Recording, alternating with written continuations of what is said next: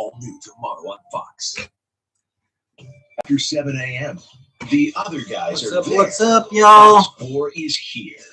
Because you're here. Good day on Fox 4. Throughout history, it's been important who was invited to Thanksgiving, like Uncle Jasper, conservative but a great sense of humor. Welcome. Fashionable but soft. And then there's Uncle Darius, who's just been in a car wreck. Jack is playing. And have been at it handle your We're gonna see what we can Winning is do. not as easy as a turkey shoot. I've won more cases in Texas than any other lawyer for the past 10 years.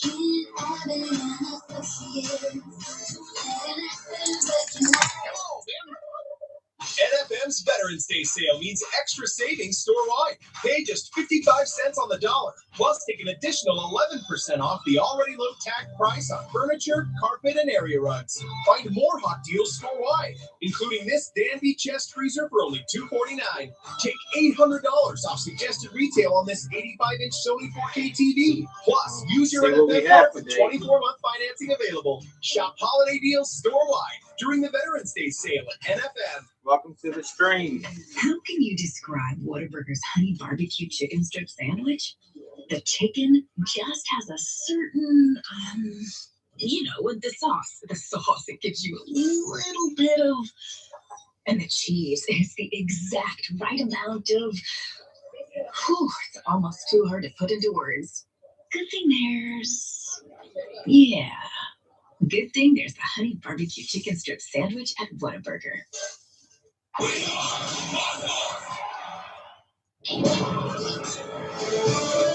Fox Sports, welcome to the following presentation of the National Football League. Welcome back, I'm Ken Oliver. Well, by all accounts, Dak Prescott had a very strong week. He took all the reps in practice, steadily building endurance in that injured right calf. He also did a whole lot of soft tissue work, and he also worked on movement, stuff he does all the time, from dropbacks and cuts. Looks like the Cowboys are going to receive first. Broncos wearing their orange. I like that orange on Broncos. He is not always a good patient, Kevin, but in this case, we got it. Thank you. You know, Pam, you're right. Of course, it helps to be the patient if your team wins without it. It makes it a little bit of a softer landing, and he's playing tonight.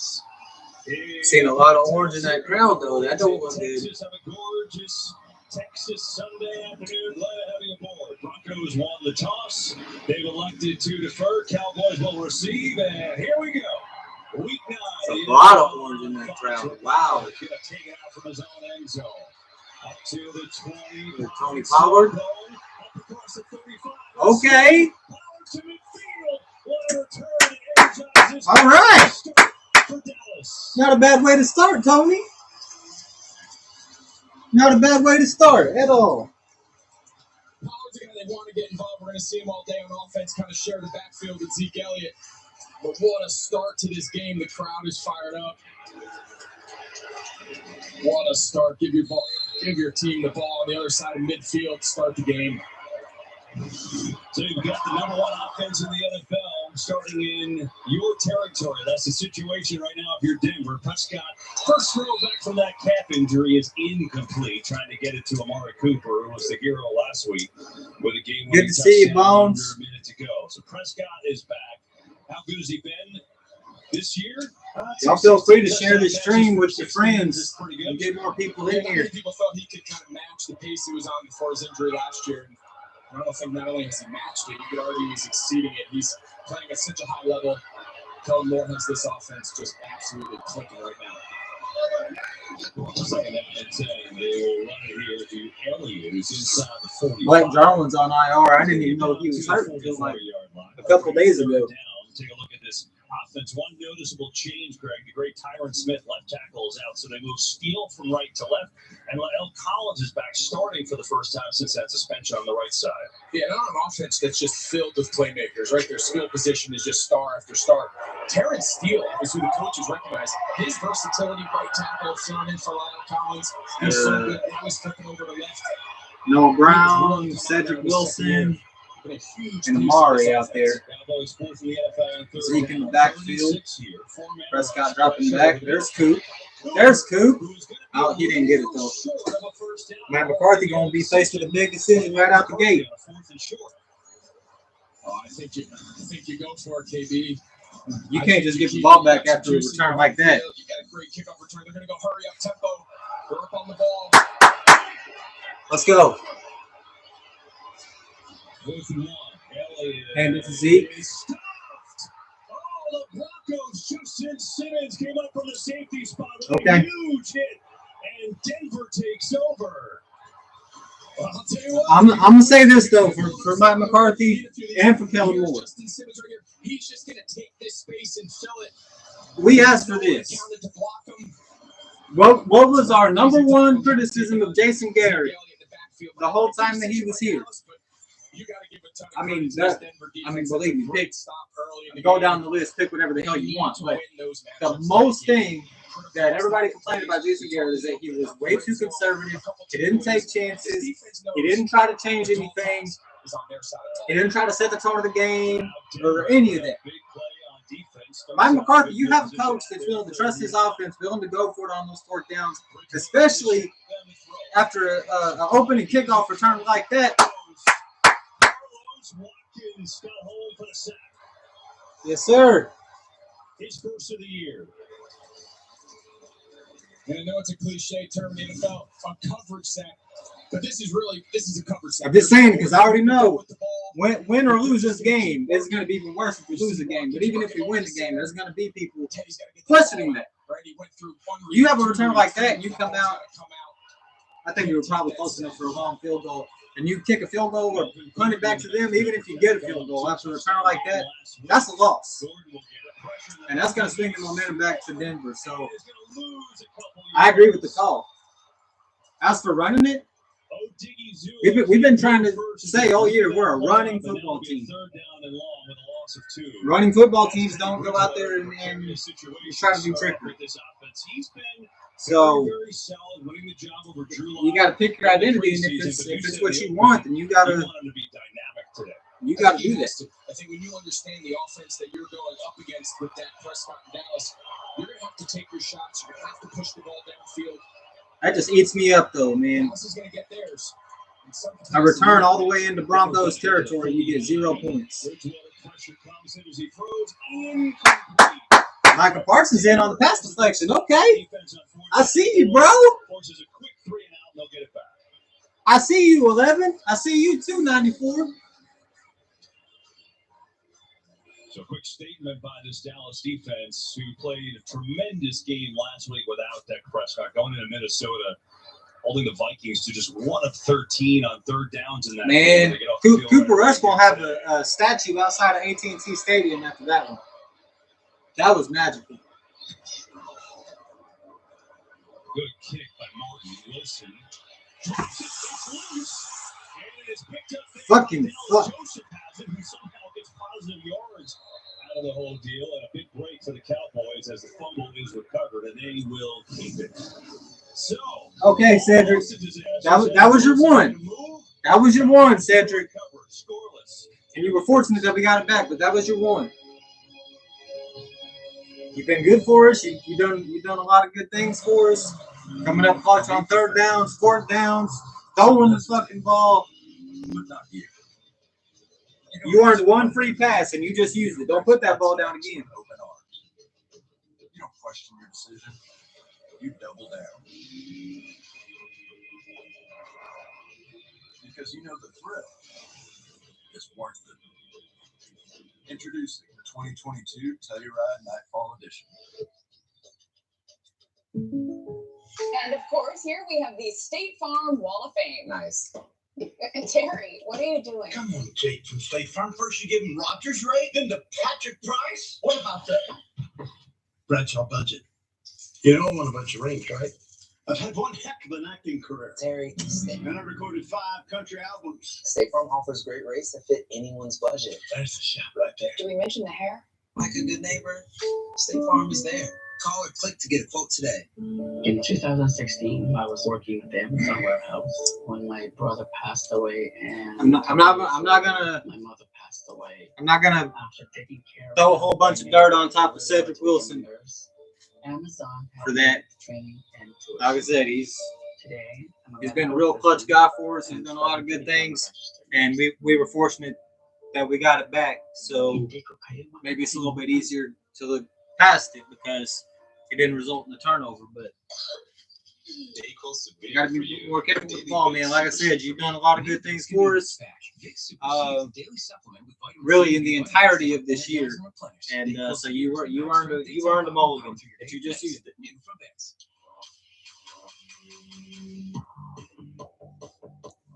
Not a very good start to the game. It looked promising. Tony Pollard comes out and gives us probably the best starting field position we've had all year. Returning the opening kick into Broncos territory. We get 0 points out of that. And then Cedric drops the punt. Also, big defensive plays to start this game. Here's the matchup of the game, though, right? You're talking about Dallas's offense. They're number one in the league in yardage, the third overall points against the Denver D, which is really good. Second in points allowed on the year. So yeah, they look good numbers-wise, but who's going to win here today against the Cowboys who won 6 straight coming in. That's mostly against bad teams. Second possession for Dallas, 4-man rush. Prescott rifles one over the middle, incomplete. He tried to get it to McEwen. The third-string tight end was up today, but good coverage. Pat Surtain was right there. Look at this Denver defense. Told you about their Pat Surtain. That was the guy we wanted. That's going to be a circled focal point throughout this game. Because we would have took Surtain if the Broncos didn't take him. If they took somebody else, maybe they take Parsons. All right, so basically we rack them. We're starting the game over. Neither team got anything out of their first possession. So he was still the guy in this locker room. Now he's gone. Jonathan Cooper, he's a rookie. He's finding himself now. You're replacing a legend. Justin Simmons talking about he's got to find a leadership role. These are a lot of responsibilities these guys haven't had for a long time around here, as long as Von Miller was on this team.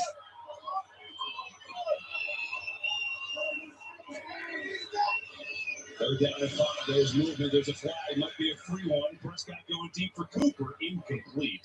Was well covered by Ronald Darby. Cooper got jammed up. That's going to be a first down. Pretty close. Yeah, first down. It was 3rd and 5. About Weatherly, they just got him trade from Minnesota. Played pretty well last week after practicing. So you talk about all the young guys too, but then you look at the inactives. So the starting left tackle Bowles is out today. Fant, the starting. Been awake since like 1:30 this morning. Need my Cowboys to win. And then Reed, who led him in sacks last year, also out. He got hurt in practice, so they're down a lot of guys. See for Dallas there without their left tackle too, and Tyron Smith, and then Jarwin, backup tight end who plays a lot. Schultz, Samari, Cedric, and CD. Pressure trying to set up the screen. Elliott is swarmed and nowhere to go. Denver is all over that play. Baron Browning and Deshaun Williams. They're on the offense is having some trouble moving the ball so far. You know, so much of these screens are timing, right? The running back and the offensive line, they need to work in unison. You're going to see how the defensive line of Denver kind of holds up the offensive lineman from Dallas from getting out in front of them. It throws off the timing of the screen. A really nice job up there up front of this Denver D line.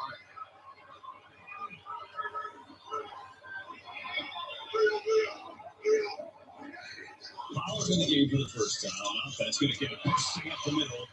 Tony Pollard got shot out of the shotgun there. To the 40. Pollard's got 8 and a nice burst. Slice and dice, baby. Slice and dice. That's all it is. At this point in the season, 3rd and 2. Okay, now they're expecting you to run it up the gut.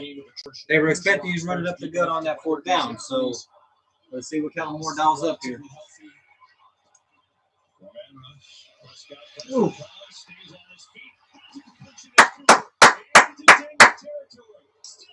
Good pocket awareness by Dak there. He felt that pressure behind him. It's just that little creep up, just that little the tiniest little step up in the pocket. Hold on just long enough to let Coop get open. But look at this awareness by Dak. He feels that, right? They talk about quarterbacks having pocket presence. And What I was just saying. that slight little slide up in the pocket. What I was just saying. Hit Amari Cooper. Now from the 28, fake to Pollard, who picks up the blitz. Zeke just or Pollard just saved Dak's ass there. It was incomplete, covered well by Kareem Jackson down there. Tony saved Dak's ass big time there. Dak is getting clobbered, if not from 20.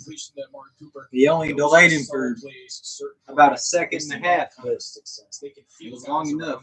They understand where to move in the pocket. Everyone's enamored with quarterbacks breaking and running.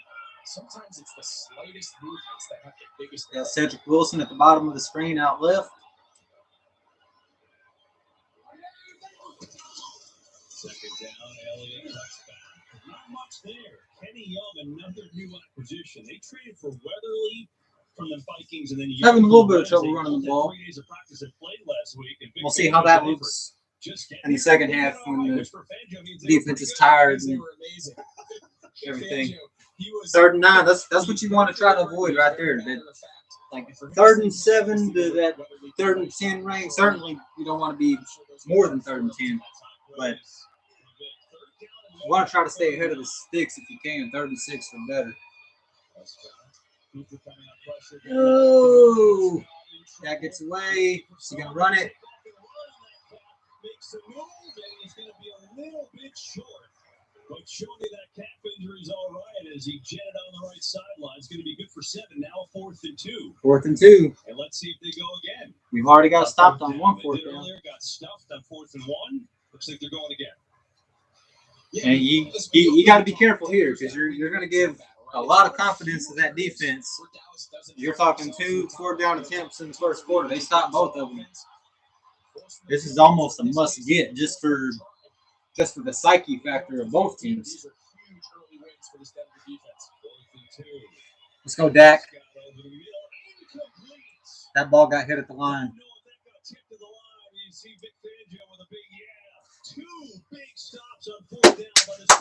Come on. I think it was tipped. The ball kind of came out of his hand. Big Fangio is fired up to huge 4th down stops for this defense. Not how I thought this game was going to go. Everybody had Cowboys by 10, Cowboys by 17, Cowboys by 20. I can help you with that. What's your member number? 87. It's still early. Between 5 and 12. There's still plenty of time for either team to catastrophically mess up. But Mr. Gronkowski, USA is for the military community and their families. That's what makes us special. Oh, but I'm special. USA. I don't know. I meant to say this in my pregame. I don't know. I don't know how many more blowouts we're going to see, to be honest with you, because where we're at right now, what we're doing right now, especially after Minnesota going up there, winning with backup quarterback in a hostile environment, we're the cream of the crop in the NFC, in the NFL. We're among the best, if not the best. We're at the tip top of all of the experts' list on the team to beat. And the other teams that are coming in here to play us know that. We got a huge target on our back because of what we're doing. And so as a result of that, we're going to get everybody's best shot. Teams are going to come in here, even later on in the year, if they're out of playoff contention, some of those division games later on in the year. You come in here and you beat the Cowboys this year with what we're doing. That looks good for anybody. They're going to have individual players trying to make a name for themselves against us. Maybe they're in a contract year, or maybe they're trying to get traded, or they just got traded. A young guy, trying to shine the spotlight. So talent is part of it, but heart is the other part of it. And I feel like as we get later on into the year, It's going to be harder for us to blow out some of these teams. And if we had played them earlier in the year, we might have blown them out. But it'd be nice if we can. It'd be nice if we can continue to do it. No, that ball didn't even get tipped. That just wow. It's kind of weird. Dak looks more rusty now than he did against the Bucs in Week 1. After not playing football for a year, not having any preseason or training camp or anything, he came out just like he didn't miss a beat, like he just played football last week. Now he's been gone 3 weeks, and he looks more rusty now than he did then. Football is so funny, isn't it? Can't make sense of it sometimes. They're just on a different level this year under the coordination of Dan Quinn and a lot of younger guys. Odighi Zua, we've seen him show up in this game. Obviously, Parsons right now is the defensive rookie of the year. He's paired with Vandross there. And I know Diggs gets the headlines for the secondary because he's got a Carlos Watkins out there. Randy Gregory out there, of course. There's Jaron Kearse. Does Kearse have the green dot today? He had it last week. I can't tell. They took the signal caller duties away from Michael Parsons last week and gave it to Jaron Kearse. And Parsons had his best game. 11 tackles, 4 of them for a loss.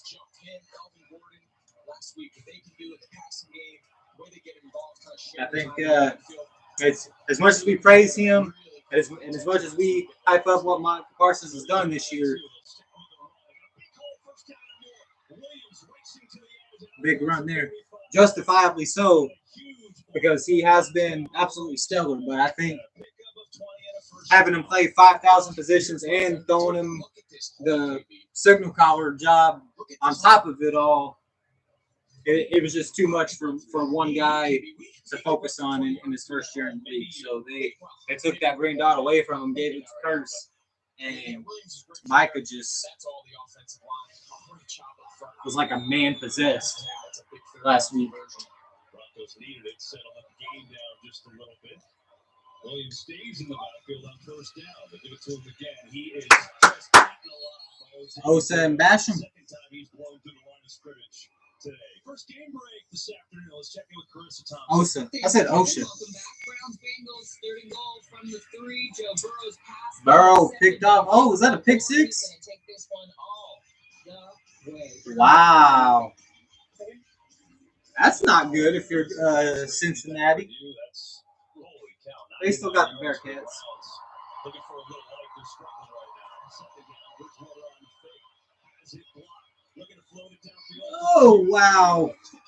Beautifully down to the 30. Jerry Jeudy, second year out. Yeah, that was the other guy that picks up 25. CeeDee Lamb and Jerry Jeudy were in that kind of conversation about, what's the best receiver in this draft class, and about as many people said one as the other. A great throw by Bridgewater, great pace. The ball traveled by him, hand plucked. All right, defense.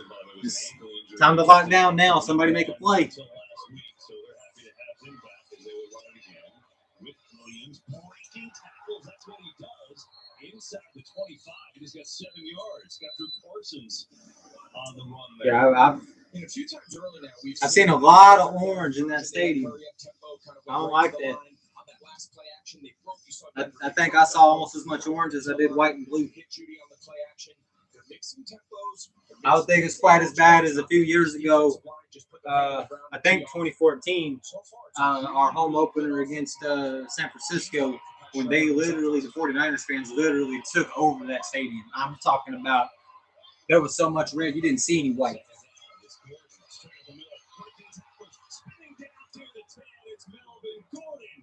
And this run game picking up steam for Denver. You want to know why this play works? Watch. I might get banned for this. Hopefully not. Richard Harrison, try a website called Sports Surge. You want to be a great running team. Your offensive line's got one line of scrimmage. Double teams get after them. I can't remember if it's Sports Surge with an S or just Sports Surge, but just Google it. and it'll click on the link and it'll bring you to it'll bring you to a page, to their home page, and you'll click on. It'll ask you, what sport are you trying to watch? You have like football, basketball, motorsports, etc. Obviously, click on football, and then find the Cowboys game, click on it, and find the link that works. A lot of the links have a lot of ads, but once you get rid of them, it's been a very reliable site for me. I've used it in the past.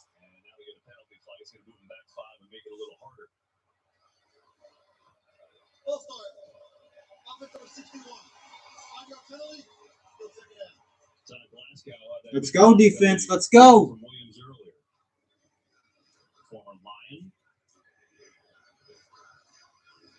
And we talked about when Denver was on defense, the battles in the red zone of winning.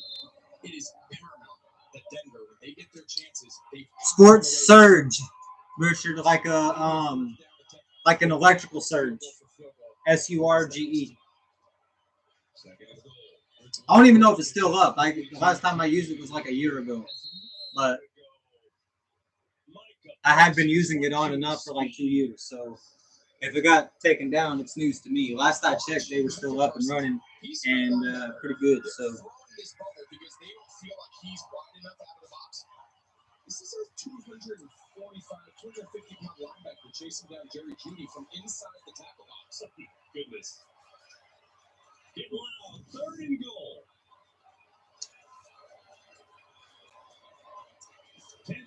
Let's go, defense. 3rd and goal. It's money time. Time to go out there and earn your paycheck.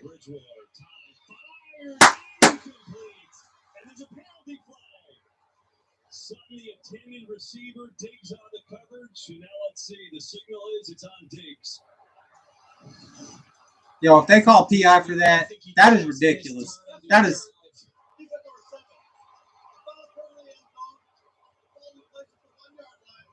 Okay, I mean he's kind of hugged up on him. I didn't see that live. It looked like Diggs just came around the back and stuck his arm up and. The Broncos bring out an extra lineman to go jumbo with Quinn Miners, who's the backup center. Bringing the fullback too. Gordon is give it. And Gordon is swarmed. Vander Esch is there for a 2nd and goal. Odigizua, number 97, interior lineman on Dallas. O's is a beast, man. Big ass refrigerator. He has been in the backfield. It's like a Coke machine. Look at the penetration he has in the backfield.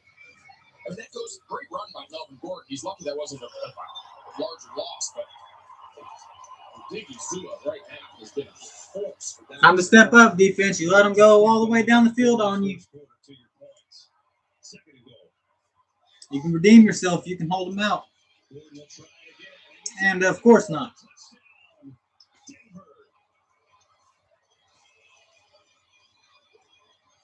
Oh, the haters are going to love this. We lose this game, they're going to come all out of their holes again, chirping. You see here, they're just going to set the edge. They're going to pull. Dalton Reisner, the left guard, is going to pull, kick out. Melvin Gordon has a nose for the end zone. Scored a few times last week against Washington. What an impressive drive for Denver.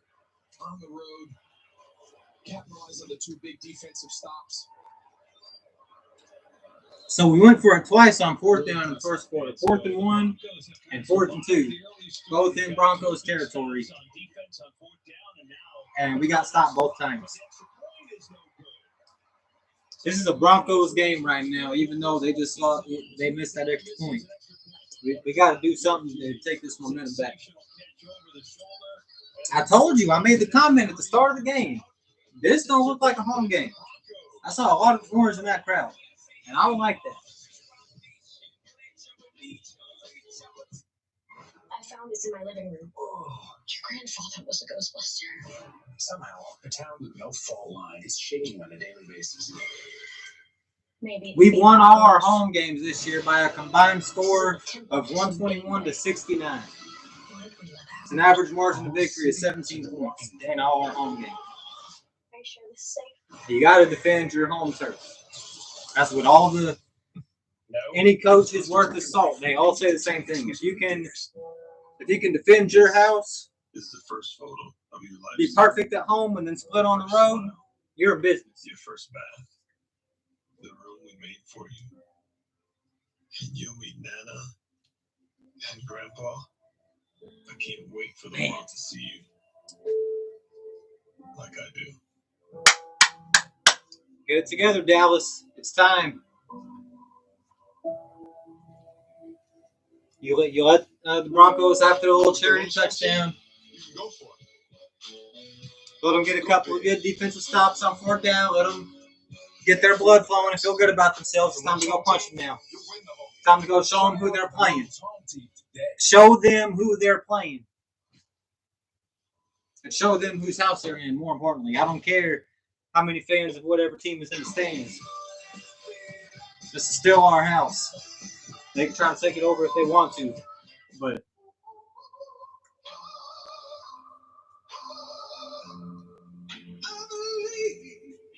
There's brighter days ahead, and I know.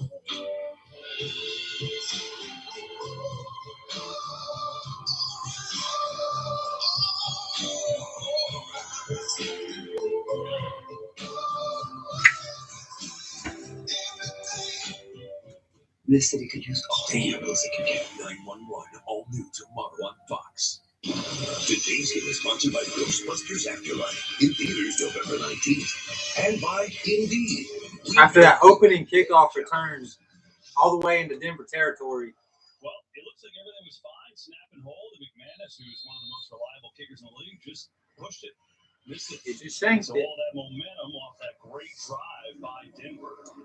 11 plays, 80 yards, missed the extra point, so it's 6-0. I would let that one go. All right, D. Their offense, sorry.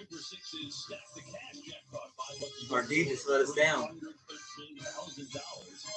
the QR code right now. You play NFL Sunday Challenge for your free chance to win the growing jackpot. There you go. So the first two possessions, Dallas going forward on 4th down and denied both times. And Dak Prescott, a little sluggish of an early start, 3 of 7, coming back after missing last week with that calf injury. All right, Kellen, what are you going to do, boy wonder? Hand it to Zeke. That's always reliable. There you go. When you have a back like that, you're never really down. When in doubt, hand it to 21. Let him go turn out those 30 yards for you. We've seen both teams up front now in the running game start to kind of assert themselves.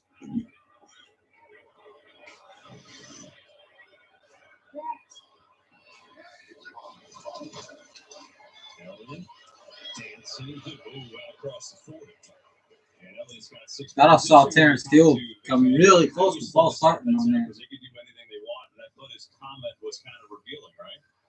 Yeah, he said, no one's really figured that out. People have done it in spurts. People have done it maybe a little in the running game, a little in the passing game. See Zeke Elliott gone out. That's hopefully he's okay. He said we just can't let him run for 200. We can let him run, but not for 200. Exactly. That's the idea. There's Tony. He almost got there. It's going to be 3rd and a yard and a half, maybe. Let's go back to Carissa Thompson. Thanksgiving Vikings trailing 3-0 in Baltimore. Kirk Cousins goes up top. Justin Jefferson, the recipient of this one, 50 yards. Yeah, he's not in primetime anymore, so Kirk Cousins decided he can ball out again. Everybody ain't watching him, so he can do good. People start watching him. Pressure, pressure. 13 personnel. Nice. Play action.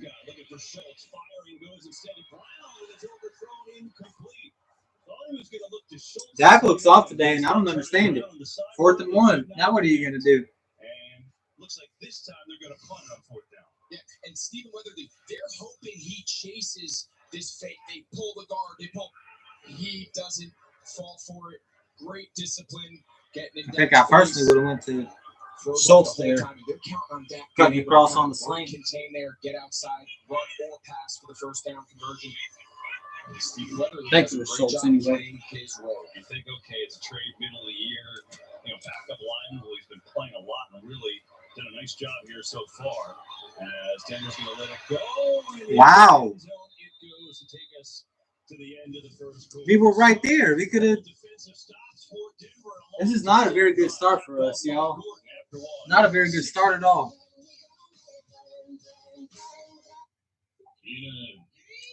Looking good. Feeling good. I just found all these. I don't understand what's wrong with Dak. I mean, they said when it happened that it was a 4-week injury. Atlanta would have been the 4th week.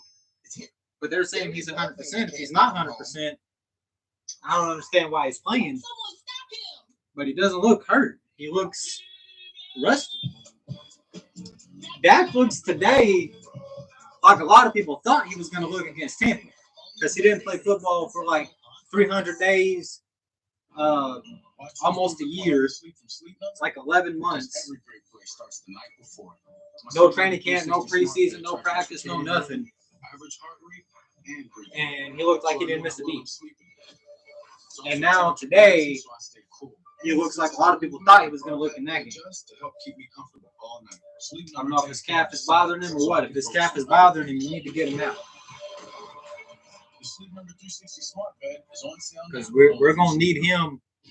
Yeah, Cooper Rush went in there and got a little Cinderella win last week, and we're all excited, and I'm happy for him, and that's all well and good. But we're going to need Dak at the end of this year and going to the playoffs. Find new possibilities, find new roads.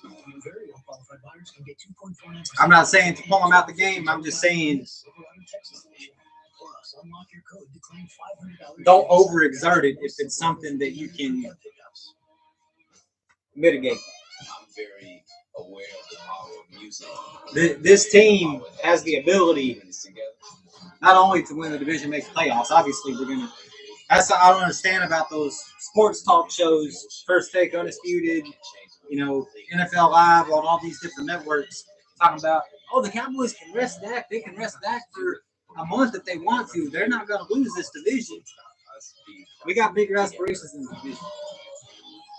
This team has a chance to actually get the first round bye, the one bye in the NFC. It's one bye in each conference now. It used to be 2, but now with the extra playoff team, 7 teams from each conference is going to make playoffs. So only 1 team from each conference is going to get the bye. And we're right there with everybody with a chance to get that. There's like 3-4 teams in the NFC that only has 1 loss, and we're one of them. Even Tampa has 2. I think it's 4. It's us, Arizona, Green Bay, and LA. Yeah, 4. We'll see what happens in Green Bay. If they can win today with Jordan Love and how long Rodgers is going to be out. But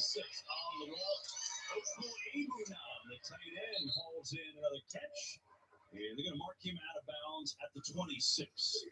And they really like him. Noah Fant's out. He's got COVID protocols. He's a guy that was injured, kind of came back, but they feel like his ceiling is really, really high. Trying to get him acclimated, a little more involved. Fangio told us really the only thing that slowed him down has been his injuries. Yeah. They didn't find a way to get him rolling. He's a talented, big, strong tight end. An ACL last year that hamstring. Need a big play. Defense need a turnover. They like what they've seen so far. Brings it a 2nd and 2. Run it, and a big run it is. Micah Parsons just ran circles around. And this run game for Denver is making it. Denver is just running all over us. 45-yard line and a run for 17. Calvin Anderson, who's filling in for Garrett Bowles. Watch him get this edge. They're counting on the defensive lineman to hold. He doesn't hold contained. He just allows. I feel like this is going to be one of those heart attack games. It's going to come down to the last minute and either Dak needing a touchdown to win or needing a defensive stop to seal it. 65 rush yards for Denver so I don't like those type of games. They're stressful. They're fun to watch from a football perspective. They're entertaining as hell. If you don't have a dog in the fight. If you have a dog in the fight, you're having a damn heart attack. Yeah, he was trying to go to Patrick at the top of the field. You can see him right here. working on Anthony Brown. Might have him. I think the depth of the I was watching NFL history earlier. Baltimore and Minnesota. Back a few years back when Matt Castle was there. They had like 4 lead changes in the last 3 minutes of the game. Oh my God. Came on in from that linebacking spot. Here's Keanu Neal right here. Play with Dan Quinn. But at the same time, that's why football is beautiful. That's why we love it, because you never know what's going to happen. Playing against him, same division. It's like, who is this young kid? He was fast. He was aggressive. They moved him to linebacker. Dan Quinn really likes him. Get him going, Dan Quinn. Get him going, Dan Quinn. 3rd and 10. You got to get off the field right now. You got to get off the field right now. Let's go. He's the joker. He's the guy they're trying to move around. Right over J-Ron Curse. Beautifully placed to Patrick, and he's got enough for the first.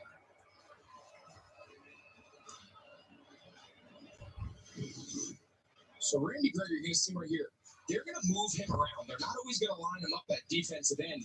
But you see left tackle Calvin Anderson does a nice job passing the game. You want to go outside? Gets his hands on him.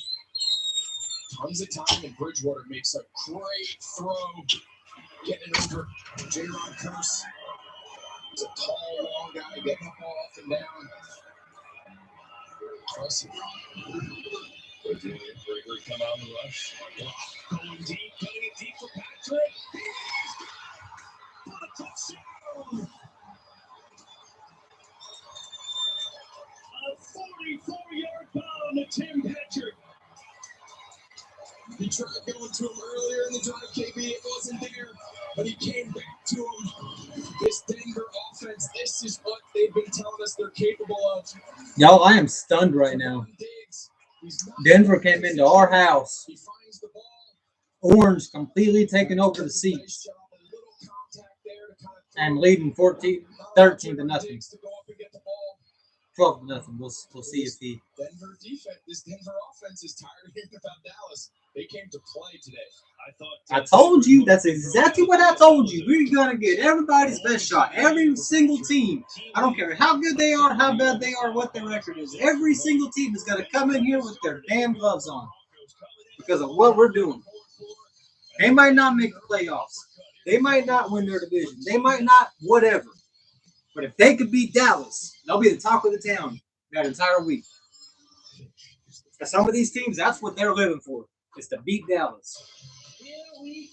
I mean, every year, because it's Dallas and all of the hype surrounding it, and star on the helmet of America's team and all that. But especially this year, what we're doing, the way everybody's talking about us, oh yeah, you bet your ass they want to beat us. No matter what their record is and what their playoff aspirations are.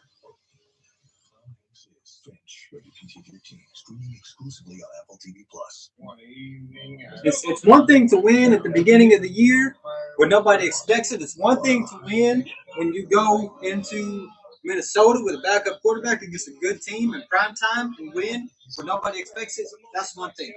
Can you win with a target on your back? Can you win with a bullseye, with a red dot on your chest? When everybody in the world knows what you are and knows what you're about, and you're getting everybody's best shot. On my travels across the country, I came across this house. Can you win then? You never know. Can you nut up and win then? So let the Geico insurance. We're about to find out. With homeowners insurance and protect yourself from things like fire, theft, or in this case, water damage.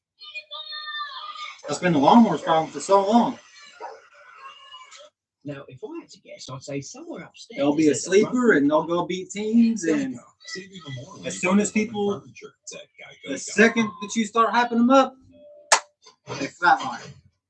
Virtual reality gives Kyler Murray an edge on his game, just like low rates for market mortgage give you. I don't think that's going to happen with the Cowboys. I'm not saying the sky is falling and we're going to collapse and everything just because we're down 14-0 at home to Denver. Tonight, I'll be eating fresh caught. But this is what's happening right now. You can expect more of this for the remainder of this year. Can't challenge that. Definitely didn't drop We are the first family of country music. Specifically because of the Texas-sized bullseye that's on us now. Heavy is the head that wears the crown, baby. Sometimes the little details are what separates a touchdown from incomplete.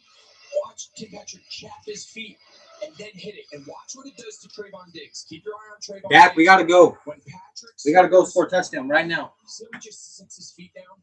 That's what allows him to get on top of, right? They use the word get on top of the defender, meaning get There's still a lot of game left, Bones. You're right. I don't mean to sound like the sky is falling. I still believe in this team. I still think they're going to win. But look at the scoreboard right now. Look at the scoreboard right now. Look at the records. Look who we're playing, and we're at home. And then look at how many orange jerseys are in that stadium. That's evidence to my point. Every single team is going to come in here with a Herculean effort. And they're going to give us the absolutely best they have. This Broncos team is fired up. Your best player, your players, all your media guys, pictures. Because that's what happens when you're good. When you're good and you know you're good and everybody else knows you're good and you're the talk of the town, this is the type of stuff that opposing teams come in here and bring you.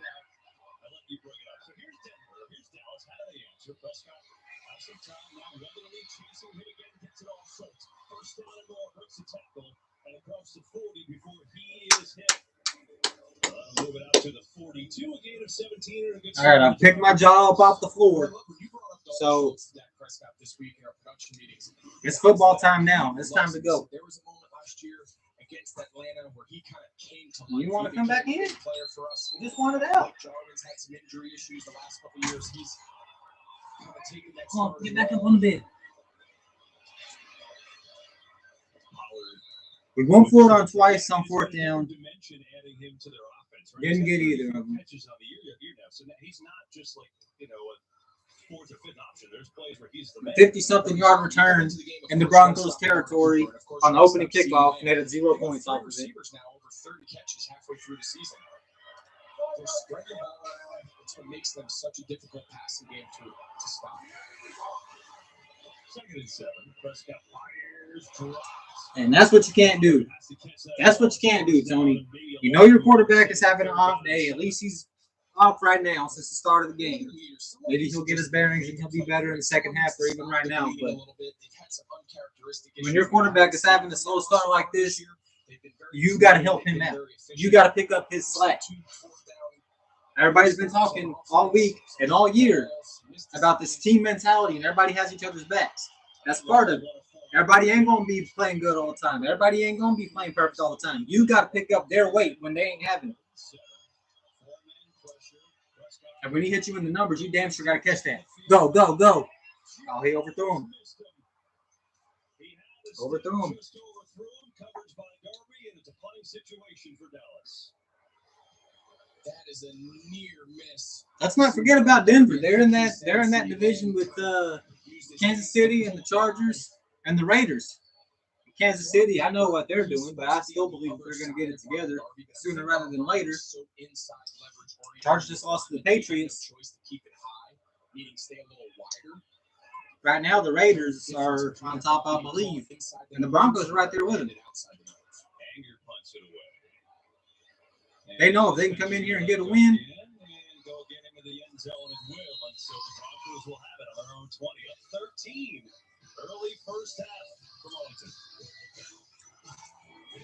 We need you right now, defense. Words cannot explain how much we need you right now, defense. If we go down 20-0, We upgraded. You dunk it, doggy bone it, slam it, wham it, strawberry jam it. We upgraded. Get a 5G phone on us with select plans. Every customer, current, new, or business, because everyone deserves better. And with plans starting at just $35, better costs less than you think. The power inside you. Women who can touch it. We protect the world.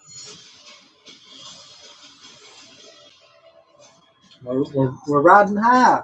We're riding high. 6 wins in a row. We haven't lost a game in damn near 2 months.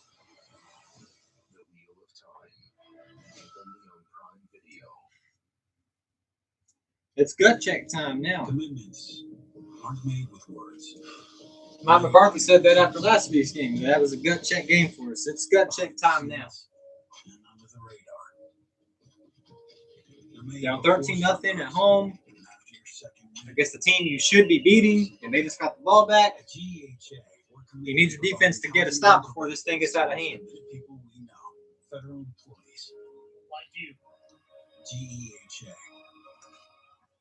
Hey there, you get some gas? Like I said, I want to be very clear. Win or lose this game, I'm not jumping off the cliff off of this team. Now free squeegee. We're still gonna push the division with like a month left to go in the season. You know, we're still gonna make the playoffs. We're still gonna be a higher seed, and I think we're still gonna do damage in the playoffs. But this is the type of stuff that's gonna start happening whenever everybody, the national media, is talking about you the way that the national media is talking about us. You might as well be wearing a sign that says "Shoot me in the face," because that's exactly what every single team is going to come in here and try and do. The largest lead they've had since week 3 when they dominated the Jets. Cowboys haven't had a deficit this big all year, so a very interesting start to this game this afternoon. That says something else about this team. We're 7 games into the season, playing currently our 8th game, and we're down 13 points, and that's the most we've been down in any game at all this year, halfway through the season. Let's find out what we're all about.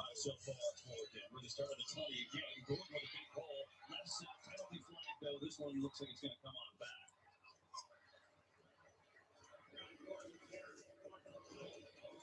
Holding. Offense number 79. 10-yard penalty. That's on the center, Cushenberry. Let's go downstairs to Pam. Hey, Kevin, Teddy Bridgewater is often criticized for being too conservative, playing it too safe. When he's on, he can really be on. He's having the benefit of a run game that's really buoyed the pass game. Watching him on the sideline, Bridgewater is all business. He accepted some high fives after the team scored that touchdown. But his calm demeanor serves him well, as Denver, as we see, is off to a hot start. Look, there's a reason he won the starting job over Drew Lock, right? I mean, I think he brings a lot to the table. It's always been the critique of him. Well, does he throw downfield enough? If you see a safety, defensive touchdown, we need something to swing this momentum back.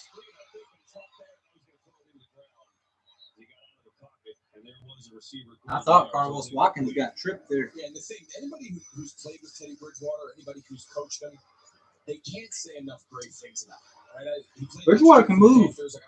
He's not the best pure passer, obviously, but he can move around in that pocket. Or sometimes out of the pocket if you make him. He's a guy that everyone who has come across him just absolutely loves him as a person. Let's go, defense. Let's go, let's go, let's go, let's go. Oh, come on. Third and manageable as Gordon making the play. But the thing is with Bridgewater, this is not his fault. You know, especially if you're in Denver, or since Peyton Manning left, you've been dying for a quarterback for that as well. Is he the guy? Is he the franchise? 6 out of 9, 90 yards and a touchdown. I don't think they know either. They had a chance this year in the draft to take a shot at Justin Fields. Got to win you some ball games, especially if you have a run game to go with it the way they're running the ball today. 3rd and 9. Okay. All right, defense. It's time to stop joking around. You got to get off the field right now. You got to get off the field right now.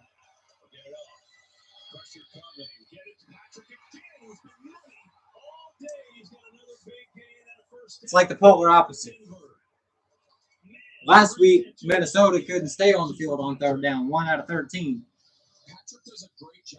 This week, our defense can't get off the field on 3rd down. He's carrying the middle of the field. The rule of thumb is when you start over, I don't know if they just relaxed because they know that Dak is back in there, so maybe they don't have to stand up. Fight as tight as they did. They knew that they was going to have to be there for Cooper Rush last week, but they know that this offense under Dak can score and score a lot. So maybe they're let off the gas a little bit on account of Dak is back in the lineup? I certainly hope not, because that's a bad look whenever we start talking about, Dan Quinn came in here and changed the culture of this team and everything, but you start doing stuff like that, how much did the culture really change? That's what people was going to ask. Because this is the type of stuff bad teams do. Okay, Dak is back in there. That offense can put up some points, so we don't have to be quite so hardcore as we were last week. As a playmaker in this offense. I love it. Delay a game. I didn't think they did, but I'm biased. It's going to be a 3rd down and 1. Well, so we're talking about quarterbacks, right? And look, the reality is when you have Peyton Manning, you win a Super Bowl, it's always going to be, okay, who's going to top that? But really, it's who's going to be next. And the problem is they haven't found it, right? They've had 10 quarterbacks since Manning in that Super Bowl year in 2015. I mean, it's an unbelievable number. And we get a timeout on the field. And John Elway, Paxton Lynch, remember him? Remember Jerry wanted to sell the farm to go get him? Where's he at right now? Is he even in the league anymore? Veteran, they're tending to him. Taking injury timeout. 13-0 Denver, 7:38 to go in the first half. Oh, Cowboys, man. Why do y'all do this to me?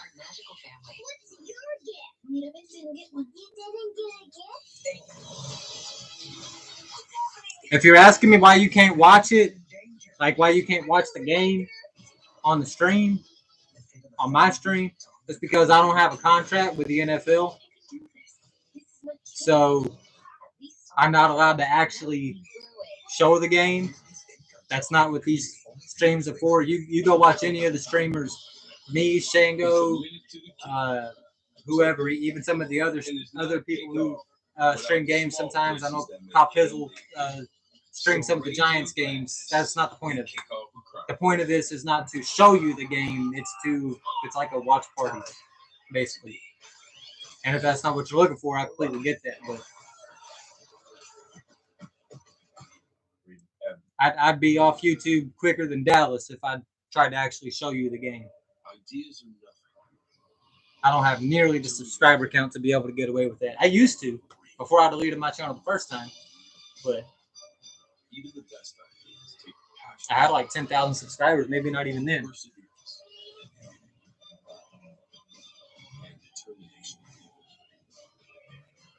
Everything we've ever done is nothing compared to what we imagine for the future. What's up, Asian Persuasion? Welcome to the stream. I don't know. It's like a 180.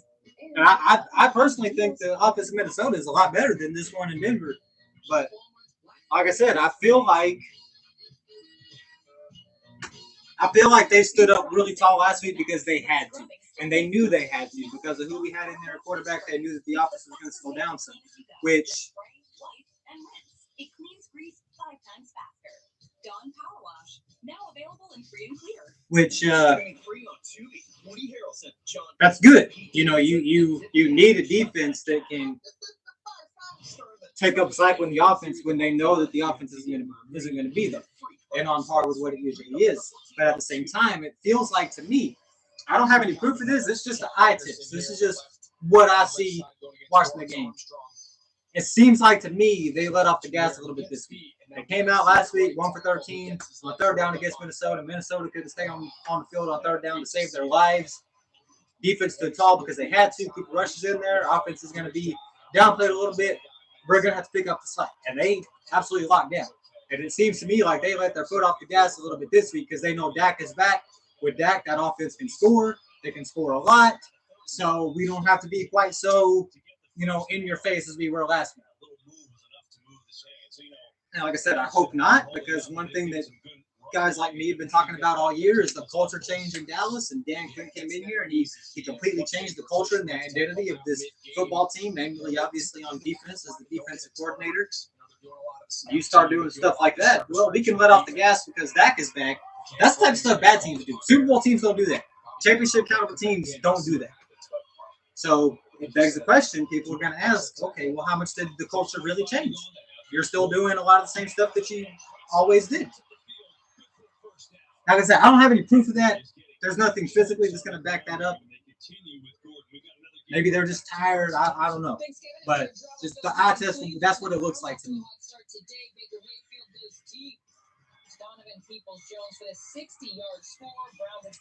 And yeah, Torrey Loper, I completely agree. They're feeling themselves, and we got that target on our back now. I said that at the start of the game. Every single team that comes in here, I don't think you're going to see another blowout for the rest of the year, and I hope I'm wrong. But now we're established. Now the whole national media is talking about us. People are talking about us to go to the Super Bowl. And it's not like it is in the offseason when people just say that just because it's the Cowboys and they're hyping up the Cowboys for ratings and they have nothing on paper to actually or on film to actually verify what they say. There's stuff on paper to verify what they're saying. And these other teams here, and some of these other teams come in here, Denver might not make the playoffs. Whatever their record is, whatever their playoff aspirations are, they want to come in here and beat us. The way everybody's talking about us, you got individual players want to make a name for themselves off of us. Maybe they're in a contract year, or they're a young guy, trying to make a name for themselves or whatever.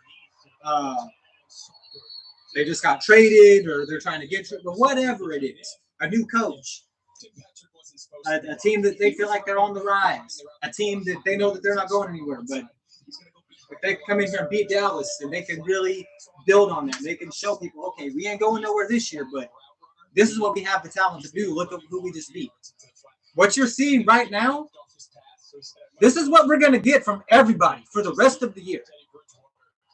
We have a bullseye on our chest the size of Texas. That's all I'm saying.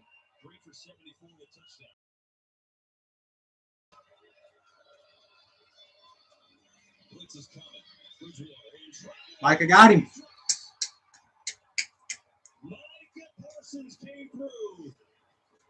We're going to have to score. We're going to have to score because Denver gets the second half kickoff. I know there's still 4 minutes, but Dalton Reisner, the left guard. This is a tough matchup.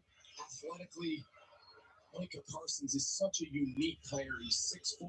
I think that's exactly what happened. I think that we came in here, and especially the defense came in here, and did y'all see what we did last week? We was there for Cooper Rush, 1 out of 13 on third down. He ain't nothing to worry about now. This is Denver, and Dak is back.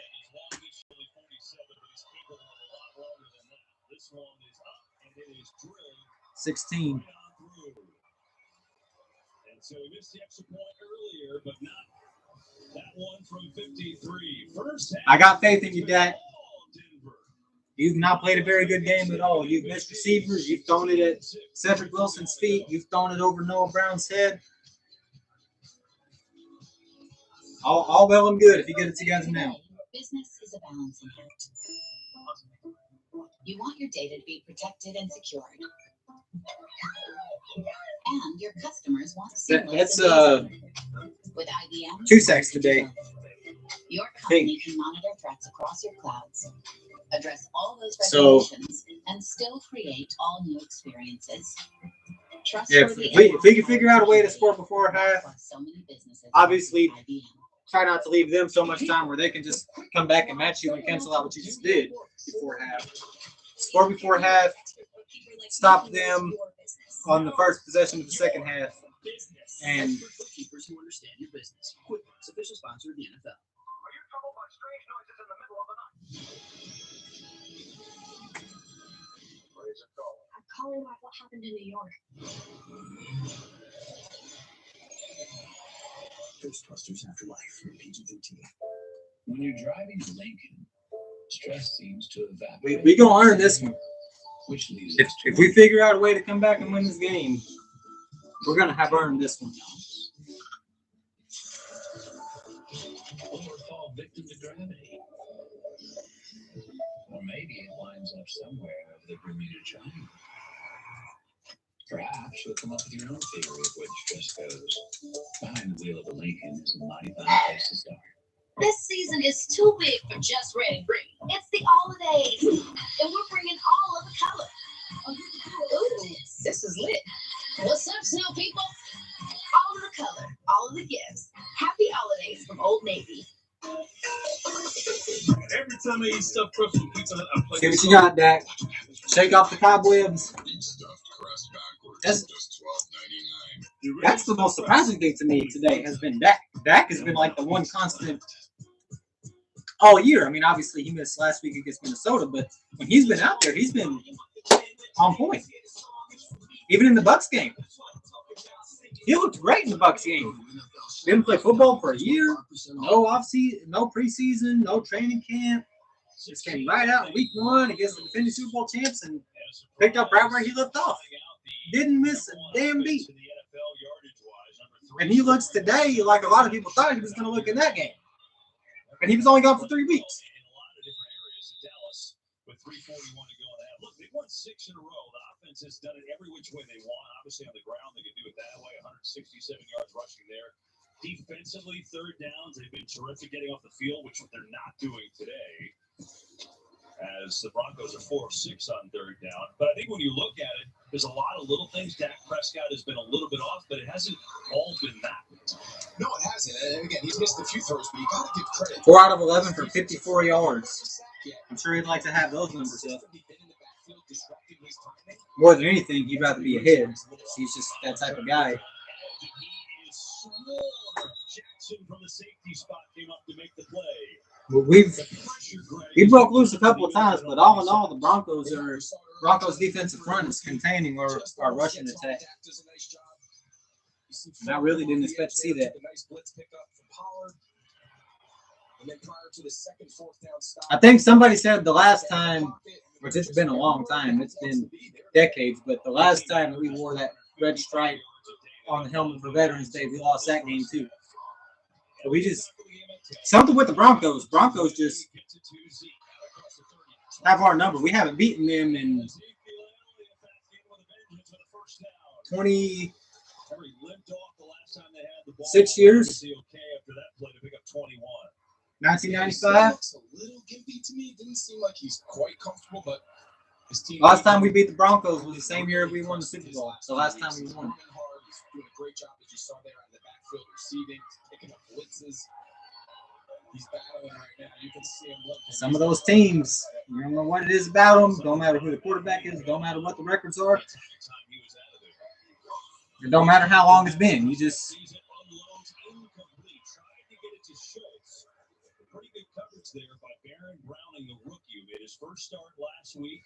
Dak is going to probably have to take this game over in the second half. For some reason, they're not letting us run the ball. Elliott goes out now for a moment.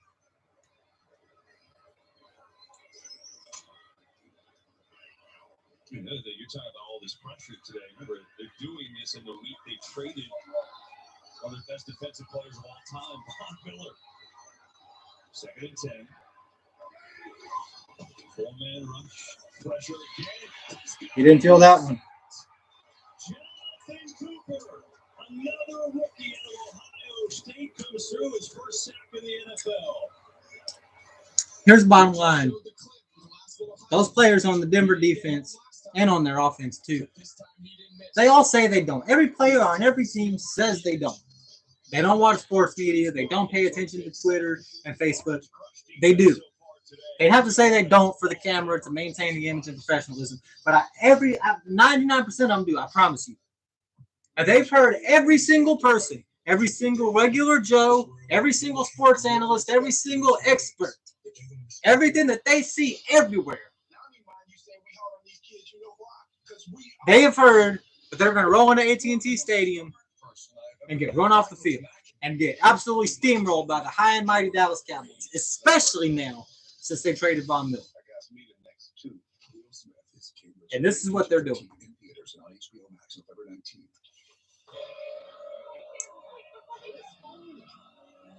Some teams, about the worst thing that you could do is tell them that they don't have a chance, because then they're going to be like, all right, bet. Cowboys are really good about that. We have a history of that. Even in years when we're bad, just beating teams that we have no business beating, if for no other reason than just to prove a point and make people look dumb.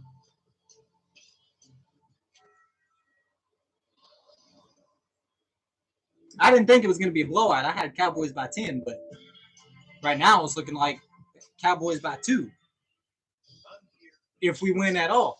And there's still time to correct it. There's still a whole half of football to go. There's still 2 minutes left in this game, although the odds of getting something before half now isn't looking too promising. What if you bought your phone at AT&T or Verizon? T-Mobile, pay it off. But I make these videos, and people call me stupid because I won't come out here and say we're going to win by 30 points or 20 points or 17 points. This is why. Call me a fake fan and all this other stuff. I mean, whatever. Jones gained over 100 yards from scrimmage and scored a touchdown, helping Green Bay extend their winning streak to 7. And for your own winning smile, get Invisalign aligners, backed by decades of innovation and used by more than 11 million people worldwide. Invisalign aligners, transforming smiles, changing lives. Right, Denver's defense has done a great job this year. But we're averaging 40 points a game at home this year. 40 points a game in 3 games, 202 rushing yards. They've got 109 yards, and they're being shut out. And now Denver, sitting pretty here as they go to 6 defensive. Last time shut out in the first half, 10-6, 2019 against Green Bay. 3rd and 21. Throws it as far as he can throw it deep down the field, and it is incomplete. That's just Dak trying to get a flag there. Because that's basically a punt anyway. Who cares if you have an interception on the stat sheet? You're going to punt it anyway. Maybe your guy comes down with it. Maybe he doesn't, and there's a PI. So veteran move by veteran quarterback there. Try to see what you can get. He's behind the Broncos secondary. You see, this is what Dak is dealing with here. He's got guys in his face. He's got guys diving at him. We're missing Tyron Smith. Terrence Steele doesn't seem to be holding up on the left side as good as he is on the right. And I know people don't think that should matter. So why should it matter? You're doing the same thing on the left as you would be on the right. You have especially if you never played football before, you have no idea how different it can be just from one side to the other, even the same position. Especially if you're not used to playing that side. Everything is reverse. Everything is different. Everything is opposite. So this is a stunner right now. 16-0 against the number 1 offense in the league. Illegal block in the back. Receiving team number 40. 10-yard penalty. First down. You see here, left your screen. Mike McCarthy need to go out there and talk to this team at halftime, figure out what the damn problem is, and fix it. 2-minute drive. You got time to fix it, but you don't have a lot of time to fix it. Here to promote tickets going on sale this Friday for WrestleMania. It's right here. You need to come out firing on all cylinders in the second half. April 2nd, and then April 3rd. Don't forget. Undertaker's at the game. Big time Cowboys fan. Wonder how he feels right now. Send a picture of you on the Undertaker to your kids. If there was one person in this stadium, we'll see if we can get some defensive magic here. Pick 6, a sack, fumble, something. Now the penalty sets Denver back at their 12. Bridgewater on the 5th throws Sutton's first ball of the game, and he's going to haul it in. So what's Denver's strategy here, Greg? Last 131. I think the key here. Denver wants to go down and score. Once you get 1 first down, now you go super. If they go down and get a touchdown right now, then that's 23-0, and they get the ball back. I mean, they're in business already. If they can find a way to go get a touchdown right now, they have a stranglehold on this team. That's why they run it here. And that should be enough for a first down as he gets across that yellow line on your TV. So as the Cowboys, you need to make them pay for that. They do have a kicker who's got a monster leg. I mean, McManus can really boom it, but now they're just waiting this time. Yeah, it looks like they're content going into the half here. They're in no hurry.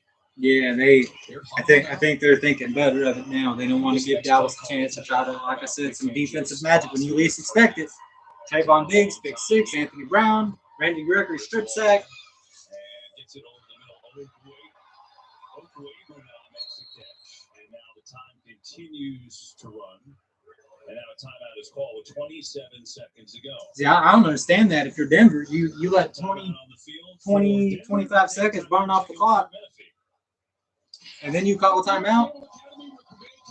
You look content to go into the half, and then you decide, well, I'll change my mind. Let's see what we can do.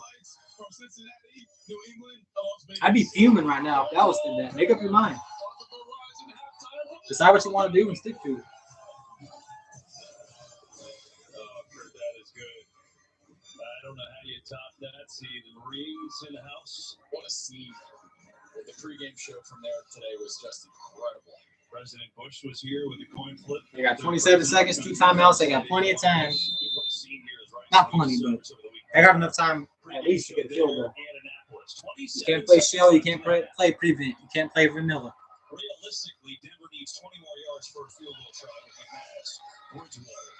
It's time now. Looking, delivering down to the 45. Good job keeping them in bounds, making them use another timeout. Oh, they say incomplete. Okay. So they're going to put a couple seconds back on the clock then. Oh, he had it. He put it right between his numbers, and when he went to the ground, he caught it here, but when he went to the ground, he lost it. Oh, did he? Yeah, it comes out. You're right. Yeah. You got to complete the process of the catch is the magic phrase they're using now. Complete the process of the catch. Maintain control of the ball all the way throughout the catch. In place of Derek Bulls. 21 seconds ago. Second down from that rush. Bridgewater gets it over the middle. Keep him in bounds. Keep him in bounds. Make him use that timeout. And he will, and they will call a timeout here with 13 seconds ago. We'll call a quick. That's a mistake there. He should have went down. Go down and conserve time. Yeah, but there's an animal. You just cost your team about 4 seconds. That might end up not mattering, and it might end up mattering a whole lot.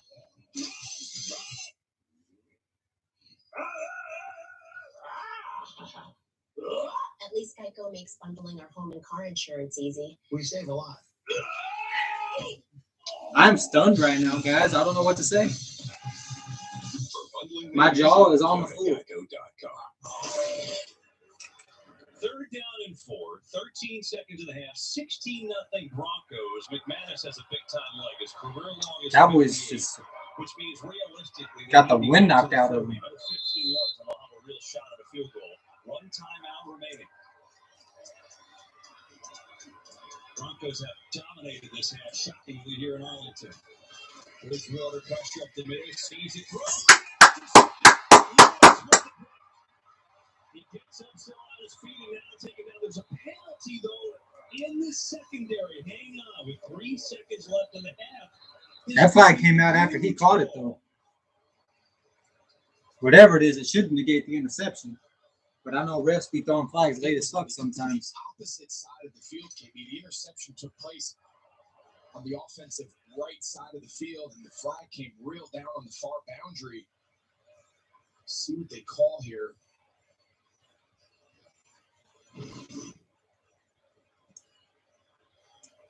You see Diggs guarding Patrick. Are they going to call holding? Yeah, that's got to be. That's right where the flag came in.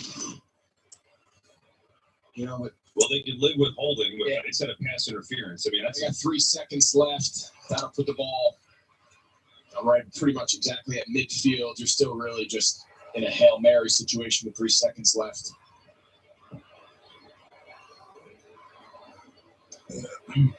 Holding. Defense. 5-yard penalty. Well, Jordan Lewis did pick off a Hail Mary against the Bucs at the end of the first half, and he damn near brought it back. They got one Hail Mary shot. You can't get out of bounds fast enough.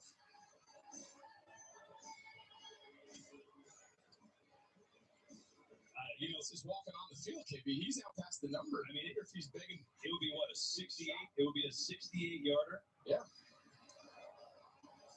I mean, it's not in Denver. For all intents and purposes, we're indoors. The roof is closed. There are windows open in the end zones on top, which do allow some breeze. They're going to let this dude kick this? Justin Tucker got the record right now, 66 yards. Is what, 66 yards by Justin Tucker? He just did that to beat the Lions earlier this Making year. Texas look good. This would be 67 yards. They're going to mark it. It's about the only good thing happening for the Longhorns right now. I believe it's 67 or 68, depending on how they Collapsed in the second half again yesterday. He's standing at midfield, signaling to Vic Fangio. He's going through like a simulated kick Against Iowa State. Bring McManus on the field. That was great. 4 losses in a row. Begging for field goals. All 4 of them second half collapses. McManus had 10 field goals over 50 yards last year that tied the NFL record. He's got a big leg. So if you're going to take a shot, the only concern, KB, right, if you're Vic Fangio, the only concern you have about kicking a field goal at this distance is, God forbid, it's blocked, or God forbid you don't get it out of the back of the end zone, and they put in their punt returner, who's now going to get a 40-yard head start on 7 or 8 offensive linemen who've never made a tackle, and a kicker and a punter. And I think that's why he's got Teddy Bridgewater out there, because you've had the momentum all half, right? Remember, Auburn, Alabama, we've seen it in college, we've seen it in the pros. Devin Hester used to do it to people. I mean, I don't blame him here. Take a shot. Go to the half up 16-0. Oh, so they're not going to kick it. Okay. So barring a defensive penalty, last play of this first half. I kind of wanted to see if he could do it. I wouldn't even been that mad if he made it. You just got to admire the greatness. Pressure. Rolling, he's in trouble. He's going to go down. And that will do it for the end. 16-0, Denver gets ball. All right, I'll be back, y'all. I got to go get clothes out the dryer. It's been Teddy Bridgewater's show here in the first step. The big touchdown pass to Patrick, 154 yards in the air for him, and very efficient. Dak Prescott's been off. He and the entire offense have been shut down by this Denver D. And that's where we are, 16-0 Broncos here at halftime. Looking forward to the halftime show where Kurt and the guys from Annapolis, Maryland. The Broncos making a statement in this first half, shutting out the high-powered Cowboys who've won 6 in a row. Now time for that Verizon halftime show. Let's go to Annapolis and Kurt Menefee.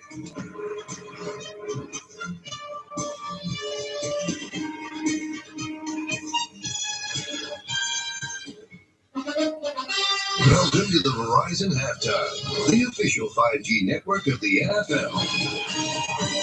Welcome to the confluence of the Severn River and Chesapeake Bay. Welcome you to the U.S. Naval Academy and the Verizon Halftime. Upset Sunday so far, Tony Bradshaw. Got that right, Kirk Cousins. You know what? Has he ever had a bad year? I just don't know if he has. Having an awful good year this year. He throws it up for Justin Jefferson, a young wide receiver out of LSU, on a 50-yard touchdown, 14-3, as the Minnesota Vikings are on top of the Baltimore Ravens. Houston, Texas, at the Miami Dolphins, who are going to buy a low out with a fractured finger. Does not play, so a direct snap to Miles Gaskin. He goes in from 6 yards out. Touchdown, Houston 6. Miami on top, though, 7-6 over the Houston Texans. Browns at the Bengals. Battle of the state of Ohio. Baker Mayfield got a really good arm. This got set up. Great pass protection and just a gorgeous ball. Down the field to Donovan Peoples-Jones. On the post route, nobody in the middle, beats the corner.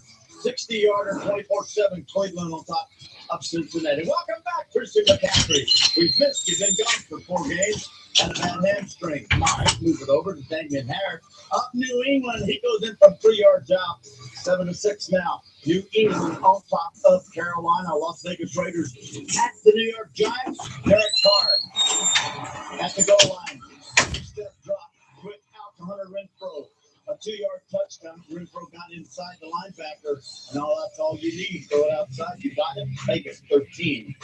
Vegas Raiders 13. Giants 10. Falcons with a lead in New Orleans. Buffalo and Jacksonville surprisingly tied at 6 at halftime. And you want to talk surprises?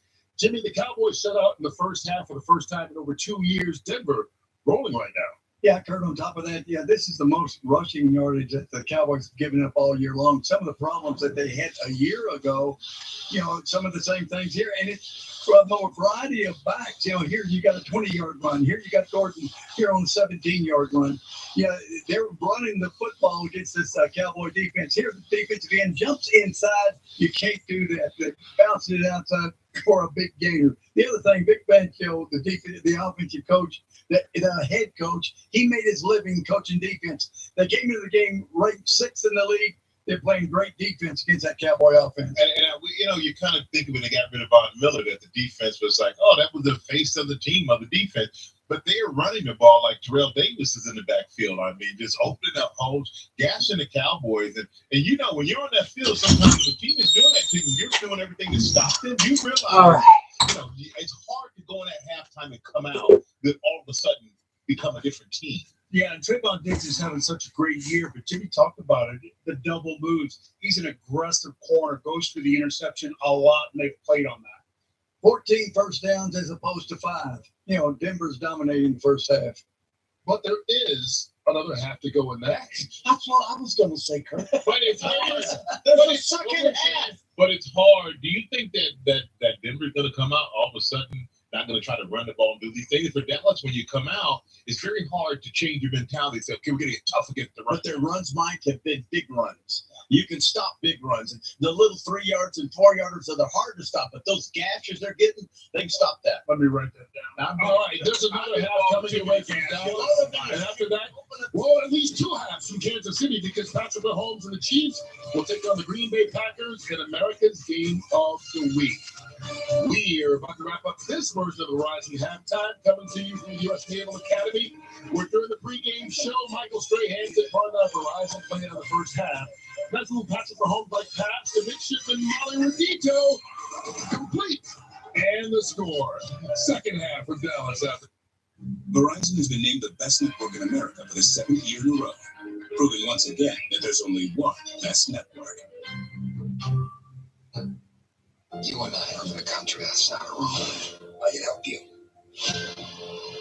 When it comes to keeping your son alive, it's not about doing things the right way or the wrong way. Any way you can.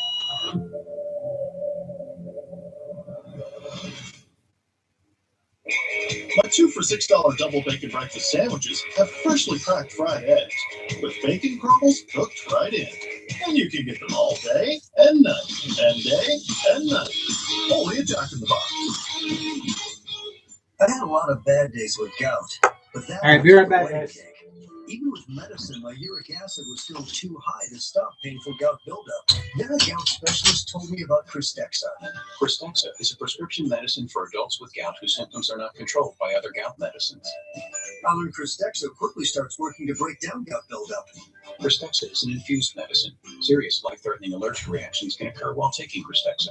Tell your doctor right away if you have symptoms such as shortness of breath, trouble breathing, dizziness, itching, or swelling of the throat or tongue.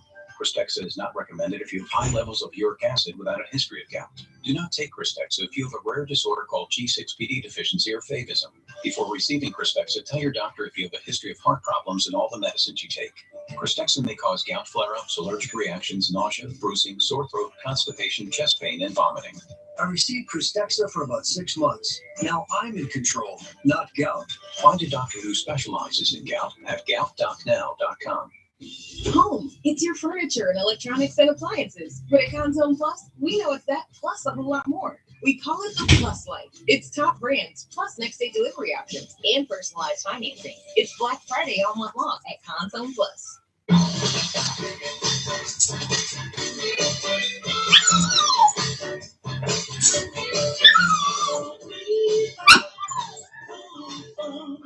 With a Ford F-150 and an available Pro Power onboard generator, you're not just ready, you're holiday ready. Get a new F-150 with 0 for 66 and 500 bonus cash, plus earn complimentary maintenance and Ford Fast Rewards. Only at your Texas Ford dealer. Today's Cowboys game on Fox 4 brought to you by your North Texas Ford dealers.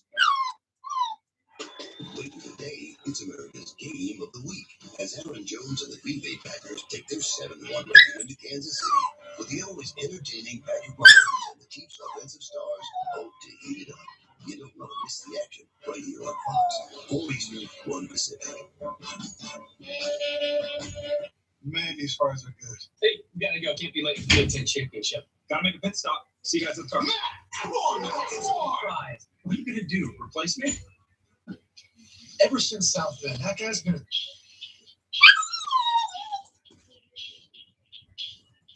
What's up? You ever done a pregame show? Follow the road to the Big Ten Championship with Big Noon Kickoff Saturday on Fox, sponsored by Wendy's. Where's your uniform? Dude, I'm retired. You know, there's millions of people who need the health insurance they need. I get it. You feel like it's too pricey, a headache to deal with. That's not worth it. You deserve something better and better. We're on a mission to get everyone high-quality health insurance. First, these two. And definitely them. Next, need an affordable time with a nationwide network of local doctors? Amber's got that and more. That's why we're America's #1 marketplace health insurance. And better. On a mission for better. We are the first family of country music. This is the story of a family. I'm Lisa Ojeda, and I serve in the Army Reserves. This is the story of a hero. In 2004, my husband's specialist from Ojeda was killed in combat. This is the story of a legacy. Our son Angel was just a baby. Now I've finished my 4th year of Army JROTC. And I work with TAPS to mentor military families through grief. The NFL is proud to partner with organizations that support our military and veteran communities.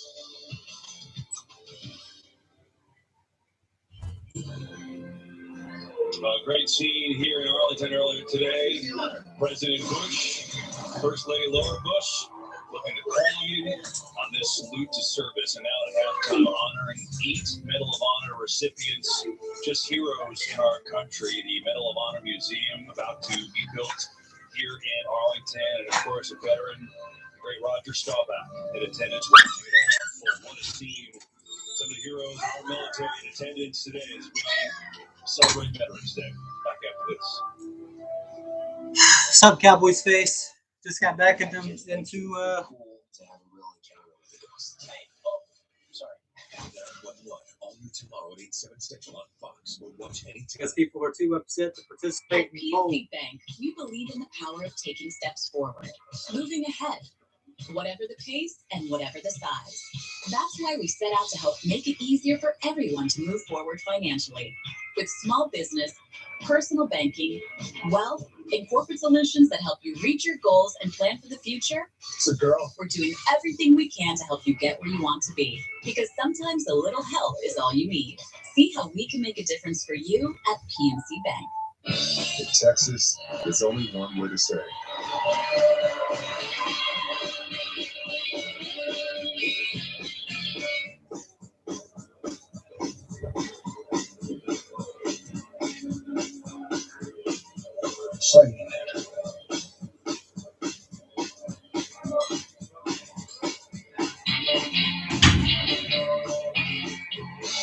Whatever it is, we say it with Shiner.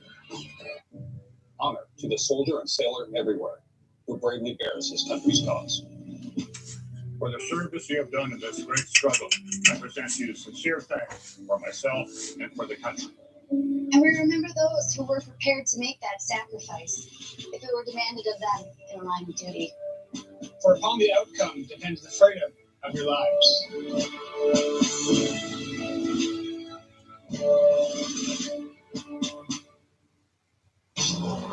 It isn't easy to follow your own path. Being different requires great confidence. And with an available suite of advanced driver assistance safety features that are in the 2021 Soul and IIHS Top Safety Pick, you can afford to be very, very different. Hurry into your local Kia dealer for a great offer on the 2022 Soul. Today's Cowboys game on Fox 4 brought to you by your local Kia dealers.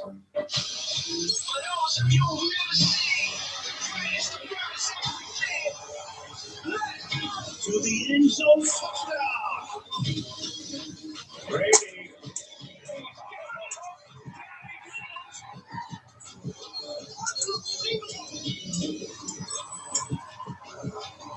You want to go outside? Come on. Download the NFL app today. This broadcast is copyrighted by NFL Productions for the private use of our audience. Any of the use of this broadcast or any pictures, descriptions, or accounts of the game without the consent of NFL Productions is prohibited. I'm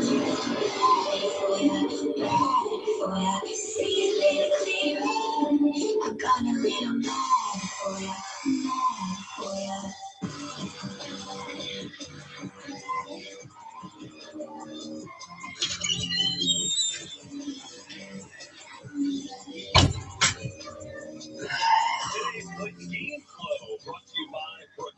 Well, one of two things is going to happen. Either Dallas is going to get it together,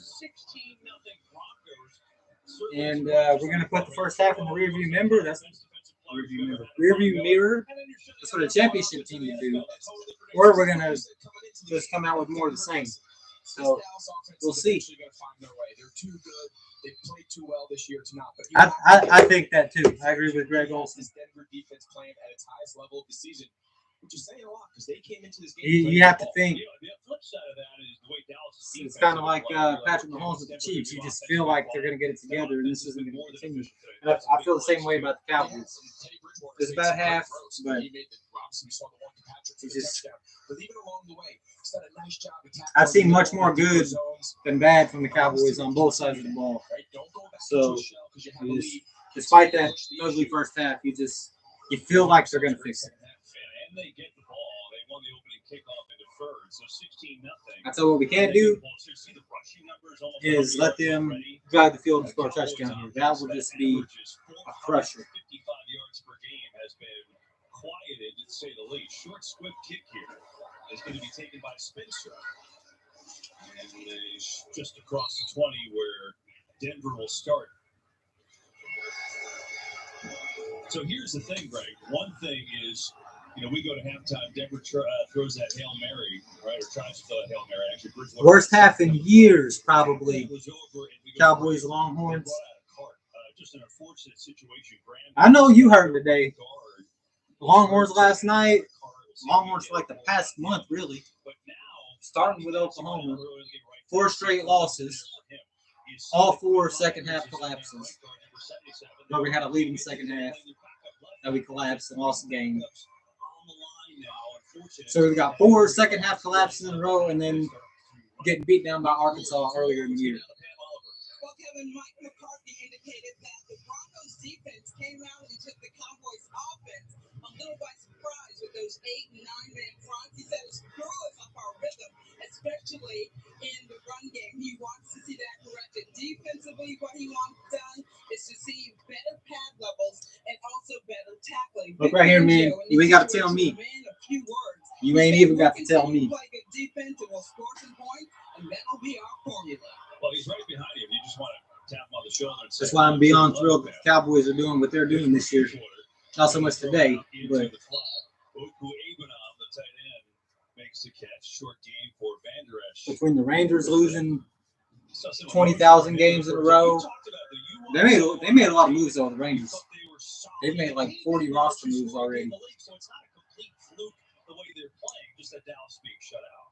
Yeah, and the storyline coming in was, could they play this level of defense against the elite caliber offenses, with Dallas being at or near the top of that list? And there was a little uncertainty of whether they could, or they just beaten up on some bad offense as well. Through the first half, they've shown they can go to toe-to-toe with the NFL's best. 3rd and 6 here.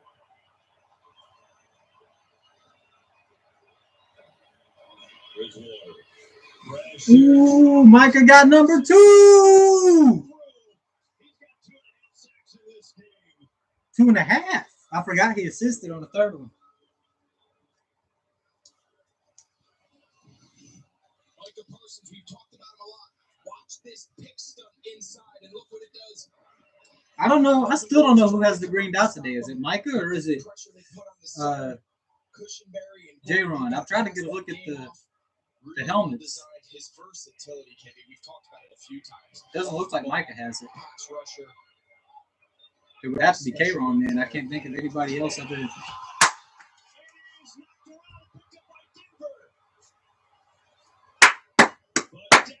It's exactly what we needed.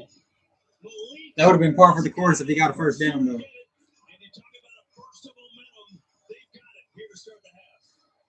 It's exactly what we needed. That's exactly what the doctor ordered. Now put it in the end zone. No field goals.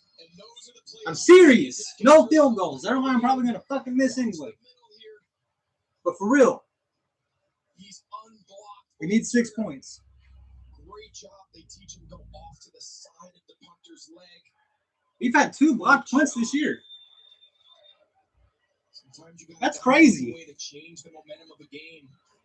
We didn't have a single block punt in forever. This year we have 2. Here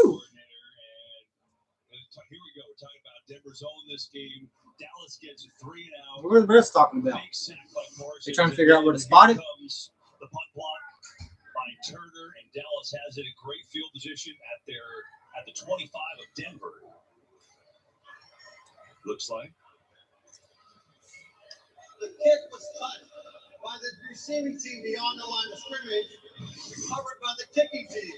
It'll be first down for the kicking team at the 19-yard line. Huh? First down for the kicking team.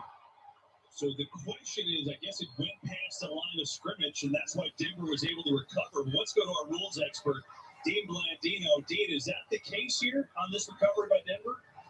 The key is the touch beyond the line of scrimmage. The block is behind the line. Is that really the rule? Once it's touched beyond the line, now the kicking team, Denver, is eligible to recover. So watch here. There's the block.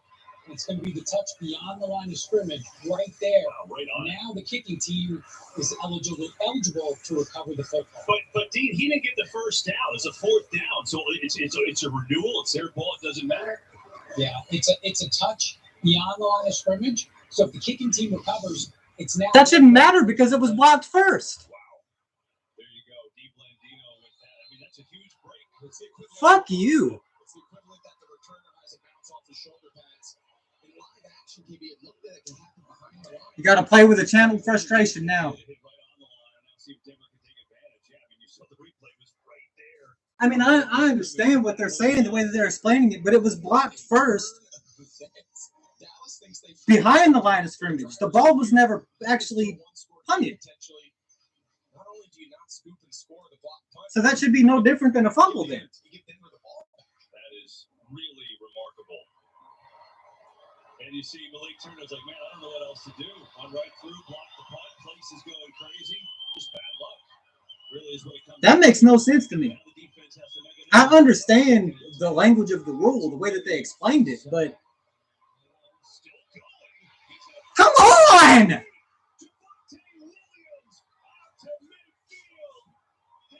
Jesus! But he did, and he's got 38 on the ground.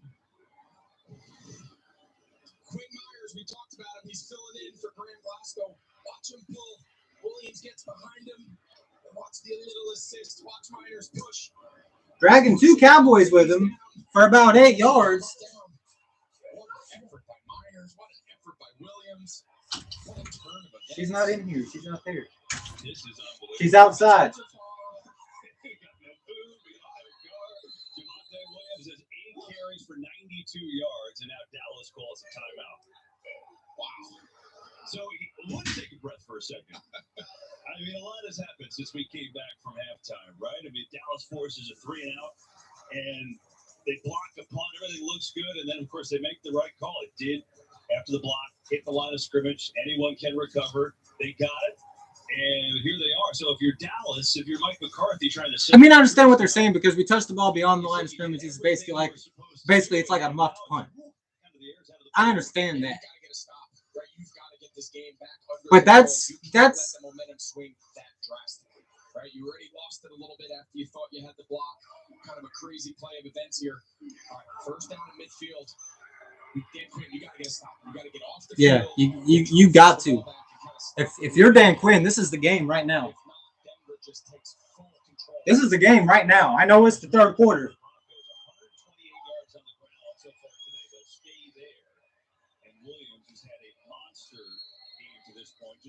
We don't just need a stop. We need a turnover. We need something big. Rip the ball out, get a pick.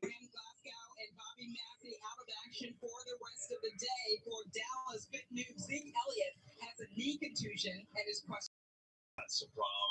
I'm guessing that's the same issue as plaguing. We had a 50-some off of the game into Denver territory that ended up not mattering. Went for it twice, both in Denver territory. Didn't convert on either one of those.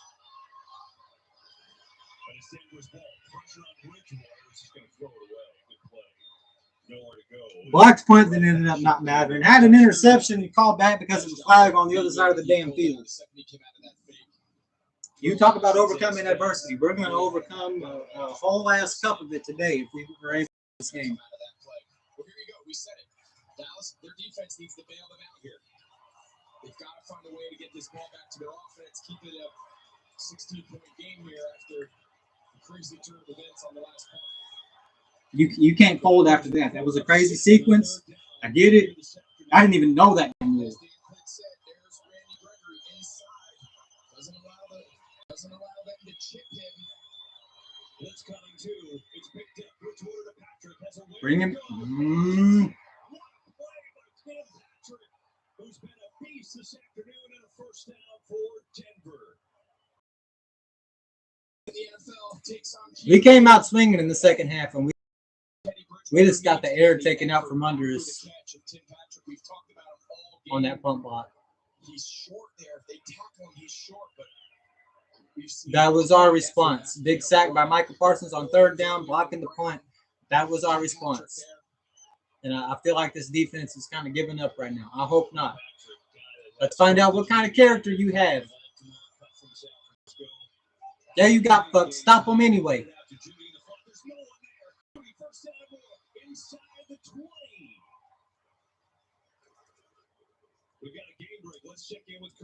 Somebody got to step up. Carr's pass is intercepted by Xavier. 41 yards for the score. Giants take a 17-13 lead. That's cute, Giants. Still ain't doing nothing this year, but good for you. So Michael Parsons has got a blitz, but for some reason, Van Der Esch doesn't slide out. He knows that his partner there is coming up the middle. Nobody moved out with Judy when he came back and did the fly motion in the backfield. CT gave him a thumbs up. We need to play from somebody. Somebody got to do something.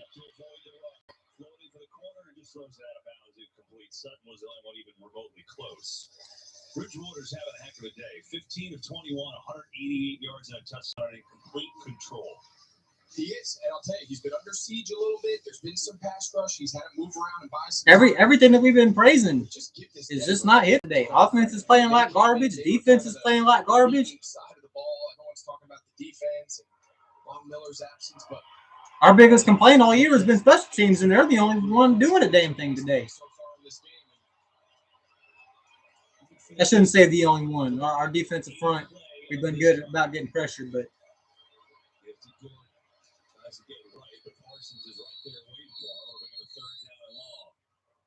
see if you can find a way to prevent a field goal here and take the ball away on third down.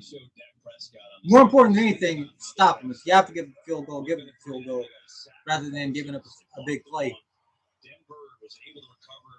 I know Dak's anxious. He hadn't even – we're going on 6 minutes. He hadn't even touched the damn ball in the second half.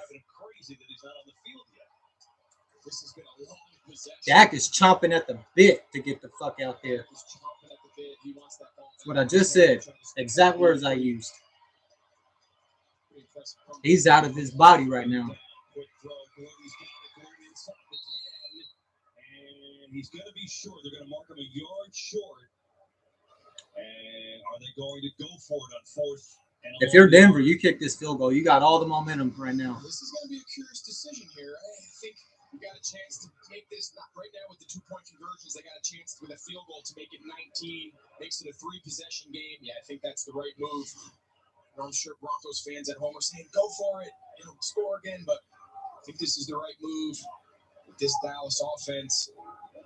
Being up 16 with 2-point conversion to tie it up. So I think making it 19, 3-score. You can hear a pin drop in that stadium, y'all. And so now McManus will come on out and try for 27 yards. He's got a 53-yarder to his credit, and this one is up and through. So a wild beginning to this third quarter. A block punt that Denver recovered. I tell you what, out of all of that, to only give up a field goal with everything that happened on that drive. A big sack by Michael Parsons, followed by a blocked punt that because of a dumbass rule resulted in the Broncos getting to keep the ball. Got the wind knocked out of us. Folded like an accordion for half a second. Gave up a couple of big plays. And after all of that, to still find a way to buckle down in crunch time and hold them to a field goal. That says a lot about the character of this defense. I'm not even going to lie. I've been ragging on them hard today. Roger that. One more slice. It can be a lot. Oh, good. The manager. Brian and Produce. I know they only stopped him by a yard, but they still stopped him. can't save you money when you're fucking home. Now we need the offense to go out there and take care of business. History is filled with almosts. Those who almost adventured, who almost achieved.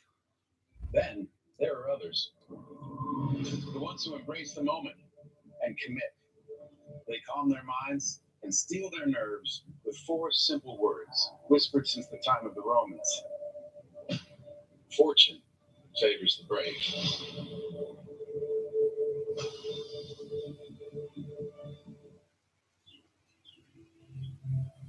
What's strong with me? What's strong? Nothing less than a touchdown will suffice on this drive, Dak. I hate to use the phrase "earn your money." In my mind, you've already earned it. You earned it before you damn got it. But there's still some doubters out there who feel like you didn't deserve it. Right now is when you show them that you did.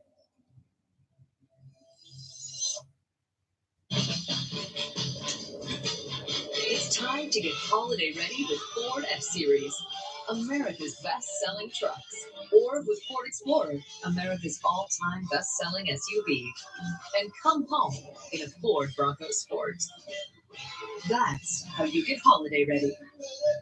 Get a Ford F-150 with 0 for 60 and 500. I ran a poll at halftime. 3 people voted. I said, will the Cowboys rebound in the second half? 2 people said yes. 1 person said no. That tells you anything.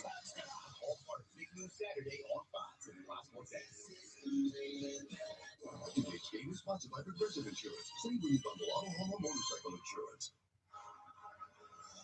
Well, you think about what that block punt that Dallas, think about Dallas would have had it inside Denver's 30, but instead, because the ball got to the line of scrimmage and Denver was able to recover, as we showed you on the replays, Denver then restarted their drive for all intents and purposes, and because of that, to start the half, they had it for 13 plays and 6:52 total, and they added a field goal, so now it's a 3-score game. The biggest thing, just taking time off the clock. As now Dallas with work to do. Pollard trying to make a play. Deep out of his own end zone. Boom. Across the 25. Remember, the big return to start the game. And he's another pretty good return from Pollard. All right. And that's where the Cowboys will start. It's that time. Good news for them. Saturday, Big 12, Container Square off. Big noon Saturday game of the week. I really don't want to yell no more, y'all. I'm tired of yelling, especially for bad reasons. I'll yell my ass off for good reasons.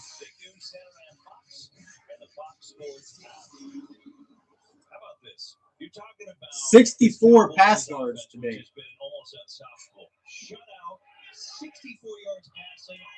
0.64 pass yards, 109 total yards. Every single one of those are our lowest of the first half all year. That's good news for them.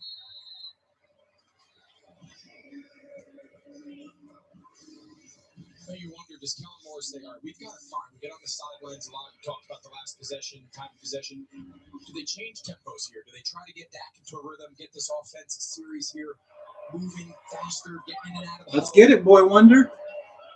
Everybody talking highly of you, too. CD Lamb. There's Elliott trying to get the run game going. Maybe that's an answer to your question. But he's short by a yard. It'll be a 3rd and 1. Yeah, just sometimes in these situations, it takes just a little bit of a spark. And sometimes that spark is you go a little no huddle or you change your tempo back and forth. You open it We up. did need a spark. That spark was the block punt. These skill players And it didn't end up mattering. The picks we got, it got taken away because of the flag on the other side of the field. Didn't end up mattering. Pollard's big return to start the game didn't end up mattering.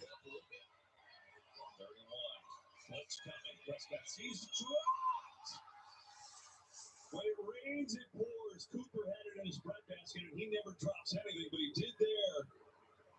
And now I have to think Dallas goes for it. Looks like they will. Yeah, they just ran a stat. That's Cooper's first drop of the whole year. They did a graphic on DallasCowboys.com. They ran it last week. Cooper had 0 drops all year. Not a good time to have your first one on a 3rd down that we have to get in our own territory, down 19-0 at home.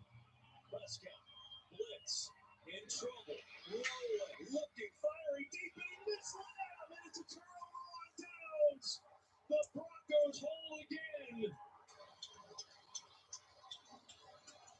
And he just misses CD Lamb. He scrambles. He's got Fuller beat. I don't understand it. That came out after not playing football for a year. And looked like he just played the week before. It looks fine. He's only been gone 3 weeks, and it's like he's been stepped away from the game for 5 years. I don't understand it.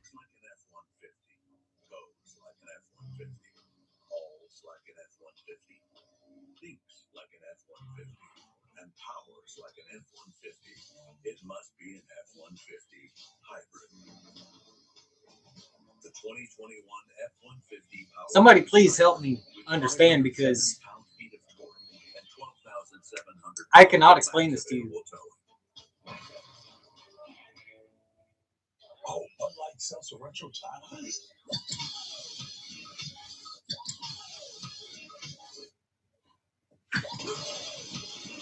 Did he try these yet? Bud Light Seltzer Retro Time, the loudest flavors ever. What a time to be alive!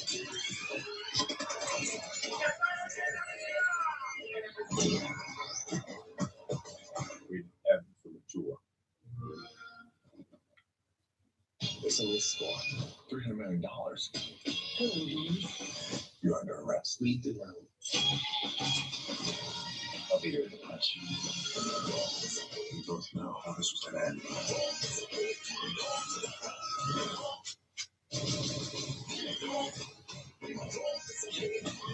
You really think it could be a taste? There's only one way to find out. I'm really starting to not like you. Red Notice, PG-13. Expecting someone else? It's the holidays, and no matter how you jingle, we got your jingle. Nice, nice. It's the naughty ones who make history. All of the jingle jammies, all of the gifts. Happy holidays from Old Navy.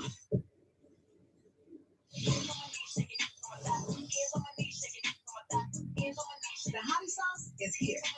Get my new hottie sauce. At least we got the Falcons next week. That ought to be an easy win. A lot of people said this game was going to be, but I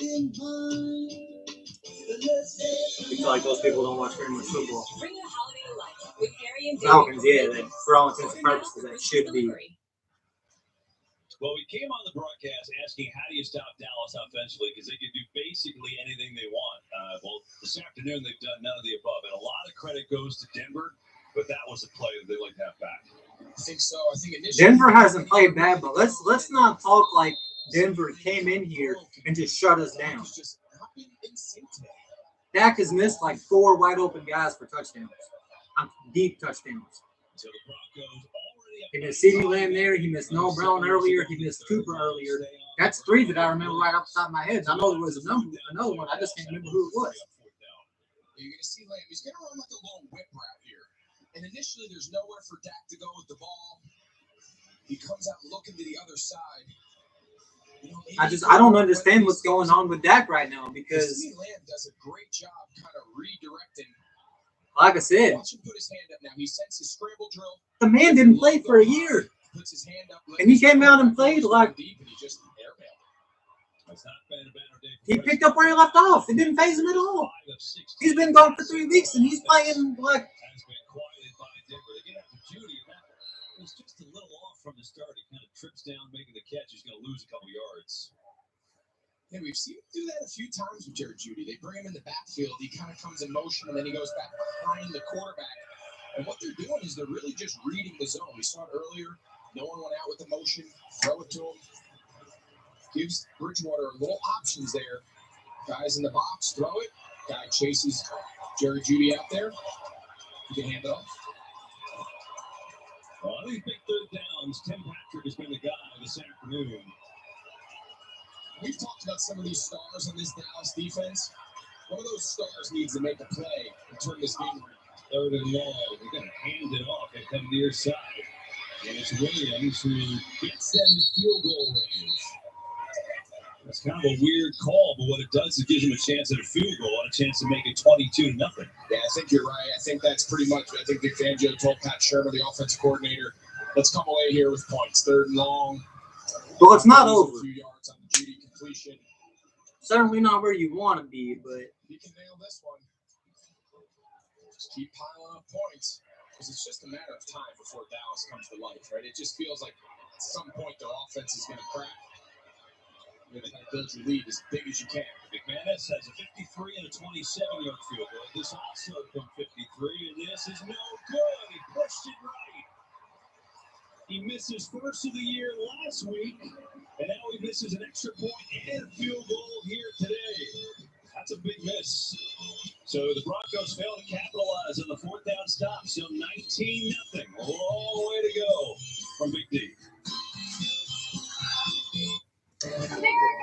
After the past year-ish, everyone deserves something new. So, AT&T is giving everyone our best deals on every iPhone, including the iPhone 13 Pro with its amazing camera, like everyone at work from home, or welcomed a new family member. They're all underdogs. Our deals are for everyone. It's not complicated. AT&T is giving new and existing customers our best deals on every iPhone, including up to $800 off the Epic iPhone 13 and iPhone 13 Pro.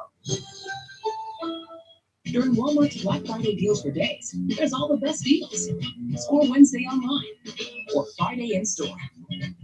This season, head to Walmart's Black Friday deals for days.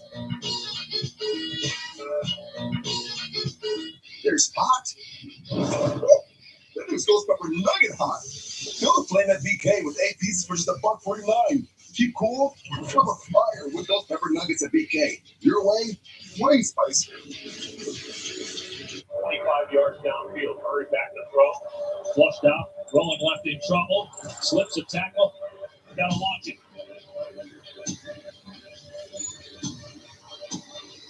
Left side. Into the end zone. Jump ball. And it is. Is it caught? Is it caught? Oh my goodness, it's caught. DeAndre Hopkins caught it. He caught it. Touchdown. I can't believe it. Stat that.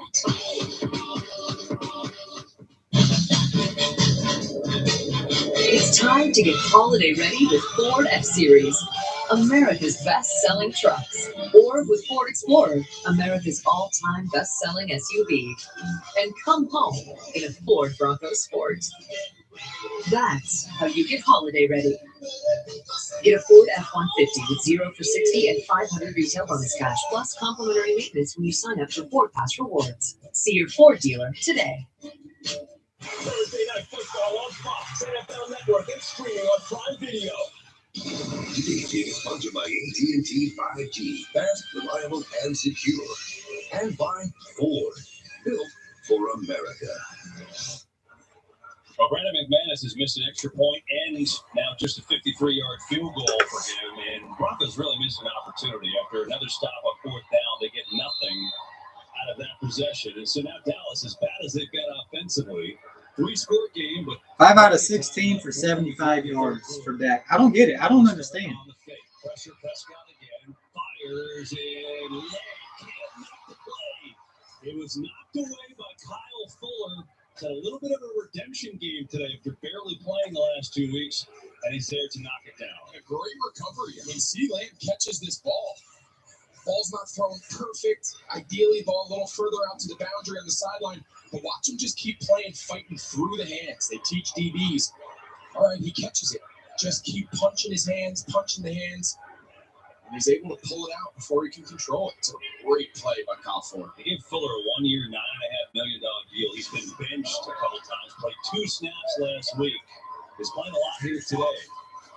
Prescott over the middle, and he's got a completion. That's going to be well short of a first down. We'll give him 5 yards to Wilson. Quick game break back to Carissa Thompson. Thanks, Kevin. Ravens trailing 24-10 against the Vikings. Fourth and goal from Devon. Lamar Jackson finds Patrick Ricard for the score. Ravens cut the deficit to 7.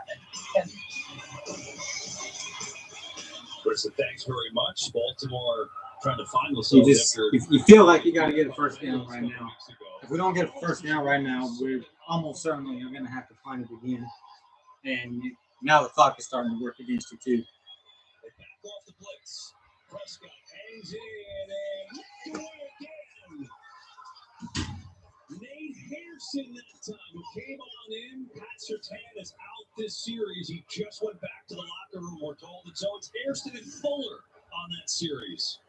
And they've done this all year. Next man up, playing snaps maybe otherwise, but look at Hairston. He is in Cedric Wilson's pocket. He's over the top and looks clean. Denver is showing everybody the blueprint right now to beat us, too. That's just really good, sound man coverage by Hairston. And so the Denver defense again forcing a 3 and out. Fair catch at the 14-yard line by Spencer.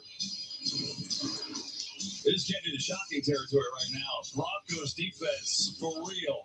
19-0.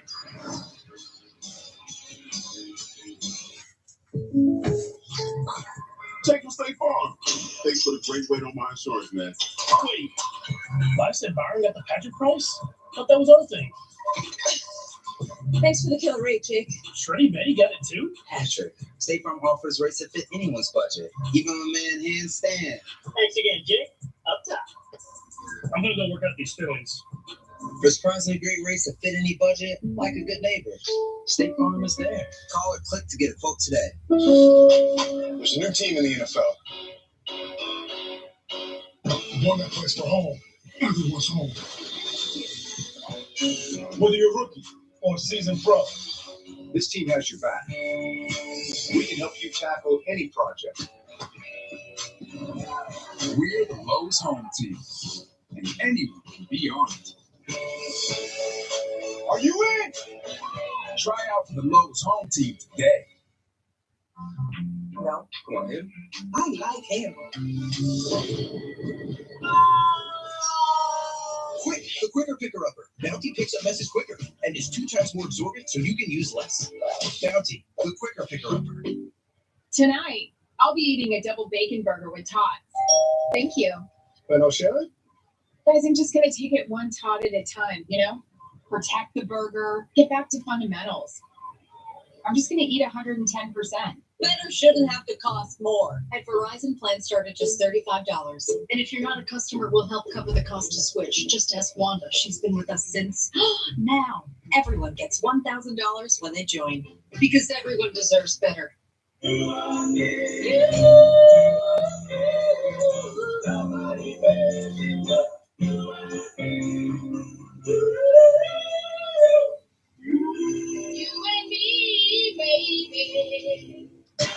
This January, Joe Millionaire is back with a twist. One of these men is worth over $10 million. The other is not. Wait, what? Who is who? Joe Millionaire, this January on Fox. That says it all if you're a Cowboys fan today. The Broncos defense has dominated this game. Dak Prescott is 6 of 19. And there's only 5 first downs for the Cowboys. So the Broncos doing it all. They've stopped Dallas 3 times on 4th down. And this offense is Need a big defensive play. Feel like I've been saying that for a damn hour. First and 10, where they will give it to the good penalty flag. This one might be coming back. He's got enough for a first down if it sticks. And we'll hear from Bill Vinovich and his terrific crew.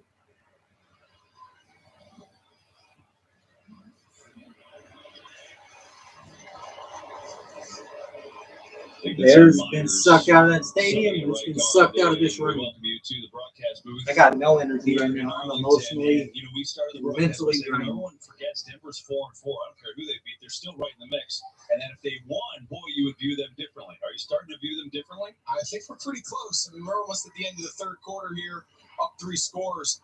They have played well, both sides of the ball, made plays when they needed to, have held off a little bit of a rush there at the start of the half by this Dallas defense. But for what? This is getting to the point now where if Dallas doesn't come alive, he's going to run out of time. Yeah, long way to go. First and 17 after that penalty. 4-man pressure, but it's blocked. Bridgewater sends it deep down the field for Patrick. And he had it, but he lost it. Diggs may have gotten his hands on it at the end. And I'll say this. Slow to get up, and he's hurt. My goodness, the Broncos have had a slew of injuries today. Here's the I'll say this. Diggs is having a little bit of a tough day, but watch it. I don't remember. You see that right arm I don't remember ever seeing Dak have just a complete bad game from start to finish where he just played bad the entire day. Most often than not, what I remember, if he has a bad first 3 quarters, he comes out and lights it up in the fourth quarter. Hate to see Tim Patrick dead. So we're gonna need another performance like that. Hopefully Patrick is okay. Today, and again, already the Broncos are missing 3/5 of their offensive line. 2 of them got hurt today, and now it's Patrick who they tend to. Take a moment. Now this from Bud Light Seltzer and State Farm. Oh, Bud Light Seltzer Retro Time.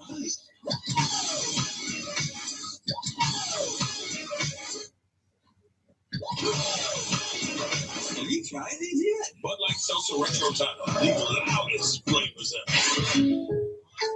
So if I was a sneakerhead, cashing in on that sweet employee discount, I could still get the Patrick price? Yep. State Farm has rates that fit any budget. Nice. Like a good neighbor, State Farm is there. Call or click to get a quote today. Well, Tim Patrick has not moved a lot from that spot, and that's not good news. Hopefully he's able to get up and it's not too serious, but they're tending to him for a while, and he's great. He's been tremendous, and all of his catches have come in big spots. And he almost had another one there. Woods made a nice play, but you just hate it for him. He's playing so well, not just today, but all year. It's nice to see him walk off the field here, but he's made some huge plays today. The 3rd down conversion, fighting for extra yards, obviously the touchdown earlier. I mean, this is a guy, and you talk about his journey here, and maybe that's a good sign, hopefully. He had no D1 offers, had to go to JUCO, didn't have the grades to transfer for a while, finally went to Utah, and then earned a scholarship, and then he gets in there and he suffers a compound leg fracture. I mean, he had to overcome a lot to get to this point. And having a fantastic day. Yeah. Those are the guys you pull for. 2nd and 17, they're right up at their own end zone. So many of those stories of guys overcoming adversity. Down there sitting on the bench. Hopefully you can find Give me a reason to stand up, defense. Right now, Denver's got to figure out a way without him. Get my blood pumping again. Let's go. 17. Right now, I just don't have it. Need to juice me up. Let's go. And we get a whistle. A false start. There's a challenge flag, it looks like. That's what it is. It's not the whistle because Vic Fangio threw the challenge flag. I mean, he threw that one a long way. Challenge for what? Remember, going back to the Patrick catch, the question is, did he have the completion? You know, you're talking 2 feet, control, and that comment of the game. So let's go back and look. It looked to us in real time like he was knocked away. So they're going to take a look. We'll take another look, too. We'll take a break, and then we'll come back and tell you what happens. Sound good? Sounds great. All right, good.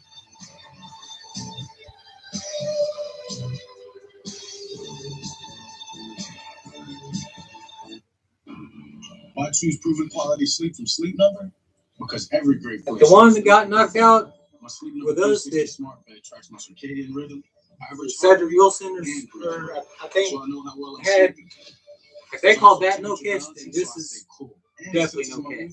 Automatically adjust to help keep Dak playing like he's sleeping on Sleep Number right now. Science, so I can focus on other things. But in fairness to him, the whole offense is. The Sleep Number 360 Smart Bed. Offensive line hasn't helped him out. He hasn't hit a lot of receivers right on the numbers, but when he has, C.D. Lamb and Amari Cooper put those balls on the ground. Can't do that. Available now. It's like the polar opposite of what we usually see. New brisket at Chipotle. Everybody's there for each other. Everybody's picking up each other's slack. When one guy doesn't have it, the next guy puts in a little bit more to make up for that. Now it's like reverse. Everybody's letting each other down. Dak can't hit receivers. When he does hit guys, they can't. When he does hit guys, they can't hold on to it. Offensive line can't hold pocket. Defense can't get off the field on 3rd down. When they do get off the field, something else happens. Download the Experian app now. One of those games.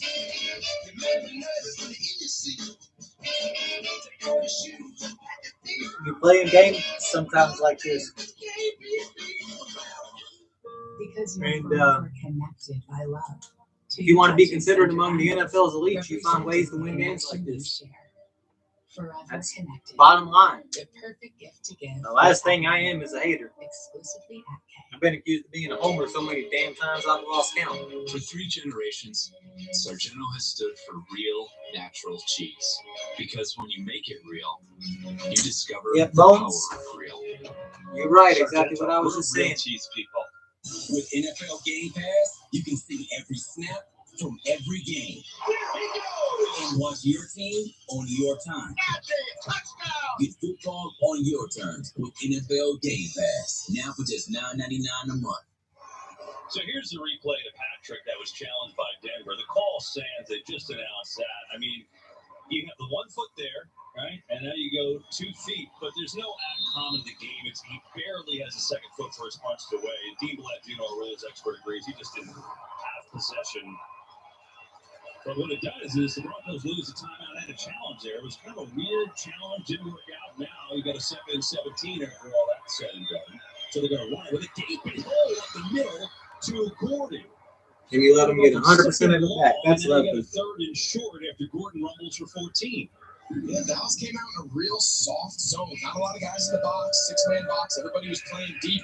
Well, you're not going to win every game. But really good play call backed up. I didn't think we was going to go 16-1. Take this from a second and really long. I've had Hill with those people all over social media, but I damn sure didn't think it was going to be the day. That's for damn sure. Especially not in this fashion.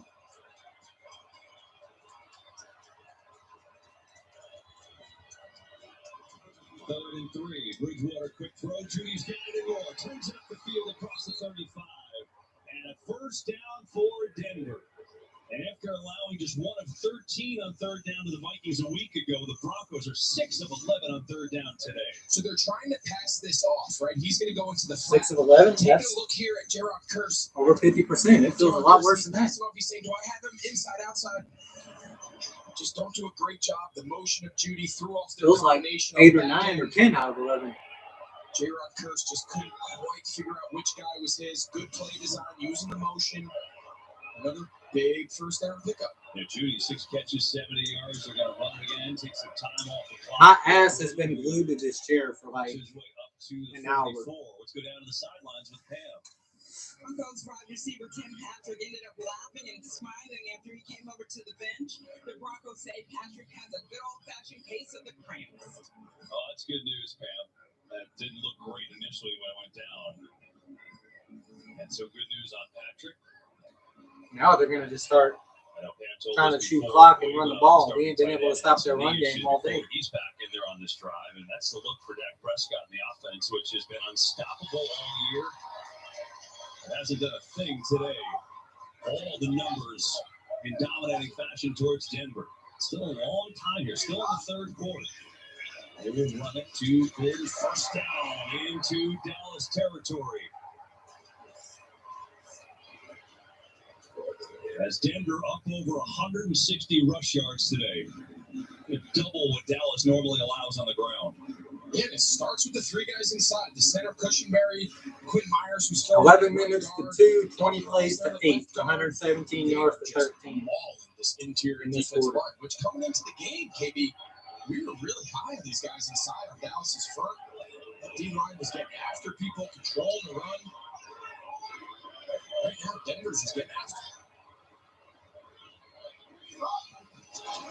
Gordon up the gut again. Another strong run. He runs into Wilson, but not before it picks up 6 yards. And they're doing this with 3 backup linemen. 3. That's the thing. You're going to run for over 150 yards with 3 backups. 2 of the starters got hurt today. One of them, you knew coming in that Bowles wasn't going to play on the left side. That's an unbelievably impressive job as we will run out this 3rd quarter. The Denver Broncos trying to get above 500 and have a signature win. The Cowboys in trouble after 3. Plaque psoriasis, the tightness, stinging, the pain. With Tremfya, adults with moderate to severe plaque psoriasis can uncover clearer skin and improve symptoms at 16 weeks. Serious allergic reactions may occur. Tremfya may increase your risk of infections and lower your ability to fight them. Tell your doctor if you have an infection or symptoms, or if you had a vaccine or plan to. Tremfya. Emerge Tremfyant. Janssen can help you explore cost support options. It's an emotional battle for the last 2 spots in the Alter Ego semifinals. Whoever wins the show could become immortal. All new Alter Ego, Wednesday after The Masked Singer on Fox. Here at Thomas J. Henry, our sole focus, day in, day out, for every case, for every trial, is to help our clients, to rebuild their lives, to put the pieces back together. Thomas J. Henry, here for you, 24/7, nights and weekends.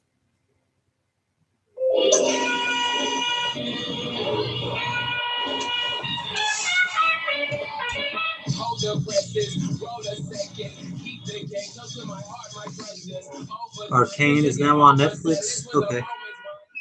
When you walk in the door with the new triple bacon pizza. Richard Harrison. First of all, were you able to find a way to watch the game, buddy? Yeah, I'm sure that Shannon Sharp and Stephen A. Smith are having the time of their lives right now. It ain't over yet, though. We still got time to get back into it, but we got to go right now, right this second. We got to put our foot on the floor. We don't got time to find our feet anymore. We got to go. Oh, what a wonderful world.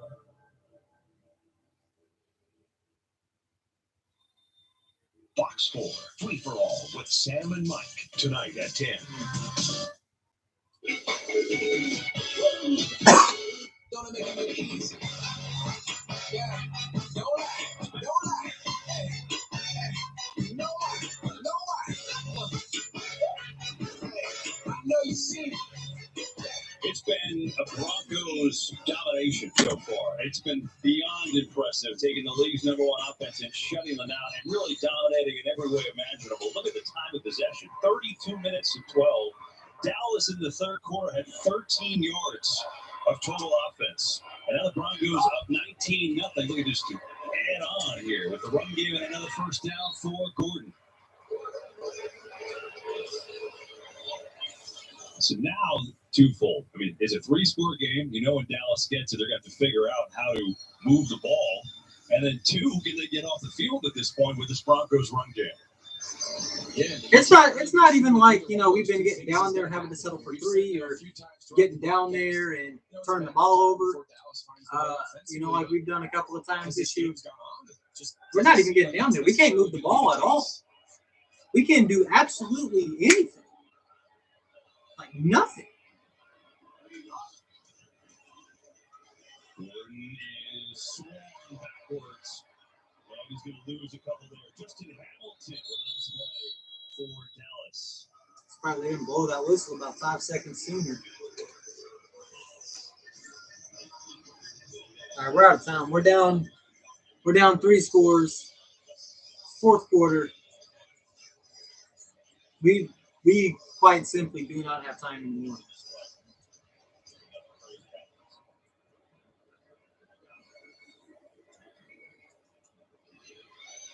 Dallas just looking for answers. Still early in the fourth quarter. Just think about the early in the third, that block punt, Denver recovered. Changed the whole second half, at least it feels like it has. On the fake, Bridgewater going to throw. Has it blocked up, going to let it fly for 2. Incomplete. That was dangerous as Donovan Wilson was there. Brings up a 3rd and long. That was one we needed, but it's okay. You can get off the field right now. Decided to get rid of one of the best players they've ever had in Von Miller. Led the organization. A lot of people thought this was going to be a blowout when they had Von Miller. The Super Bowl against your Panthers, 3 sacks. As soon as they got rid of Von Miller, a lot of other people thought, okay, they had a chance with Von Miller, but now I just don't see what they're going to do. Season's over. They just got rid of our best player on defense. And Justin Simmons said, it changes the locker room. All the leaders have to step up and fill the void. Well, they stepped up on the field today, I'll tell you that. 3rd down and 14. Blitz coming. Bridgewater swings it. It's caught for a first down and more. Hit him inside the 5.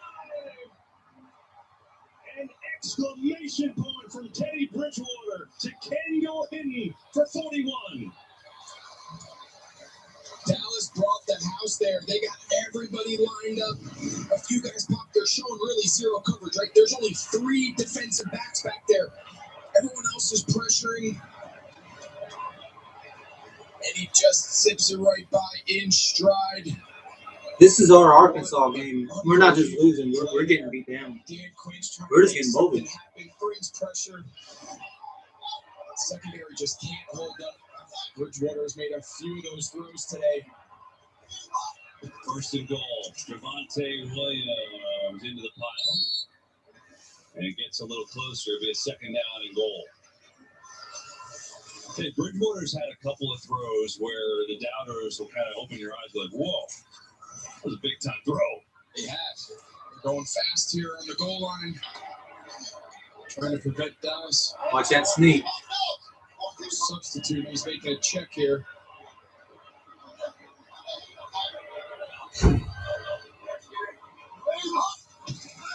Williams again, surging forward. No signal, he's not there. Just short of the goal line. It's hard to tell. Was he on the back of the defender, an offensive player there? He almost lost the ball. Let's take a look here. I'm not sure if he's down. My question would be, is the elbow down, which we didn't see in that shot. Let's see. Oh, it was called no score. You can't tell definitively, which means you can't overturn it. Go quick up to the line, third and goal. Bridgewater's going to try the sneak. He is trying to get there, reaches the ball. He's in. Touchdown.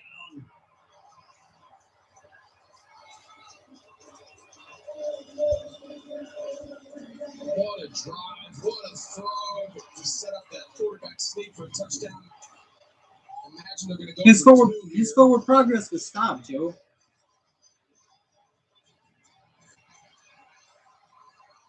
Crowd's reacting here. There it is. Right there is all I needed. I mean, it was close. He's definitely in before the whistle and before the ball comes out. I mean, is forward progress not a thing anymore? Are we not doing that anymore? First rushing touchdown for Bridgewater. He was stuck in the backfield for like 5 seconds. At what point does the whistle go? You see at the end of the play was knocked out, but the play's over by then. And he wasn't in initially. No, it was the reach that really made the difference. I mean, second effort, okay, I get it, but he has made every play. I guess we don't do forward progress anymore. Maybe nothing bigger than that pass that set that up. Kendall Hinton. They go for 2.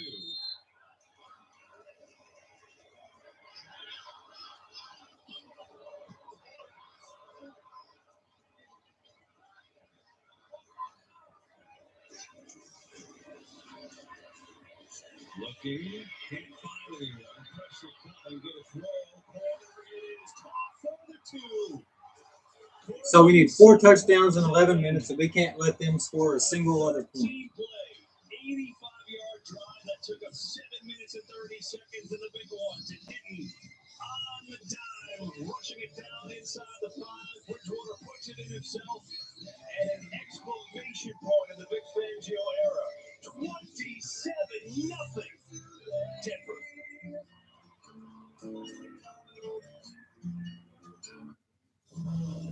Cleopatra was the most powerful woman in Egypt. But no one likes a diva, hun. Watching Prime Video, she realised rulers could give back. So she ordered some gifts with Prime. After that, it was more of a one team, one dream kind of vibe. Didn't give up all the gold though. Prime changed everything.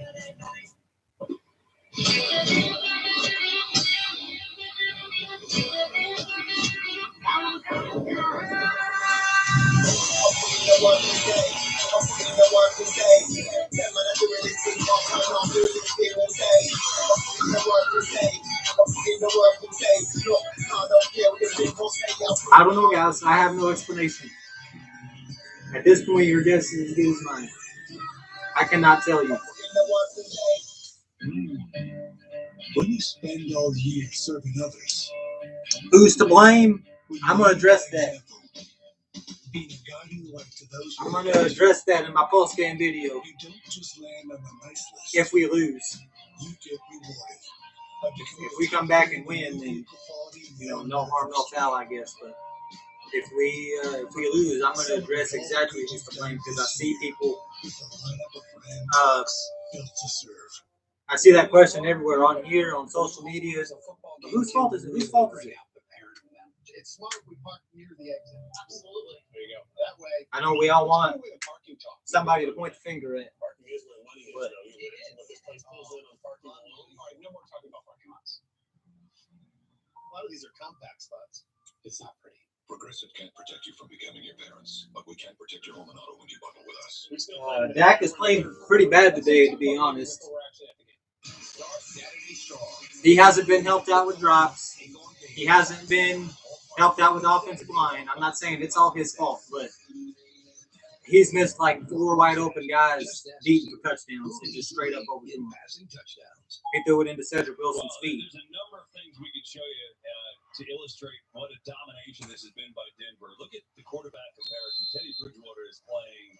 No, I don't think he would have. I'm not saying I will never be one of those people to take Dak out, put Rush in.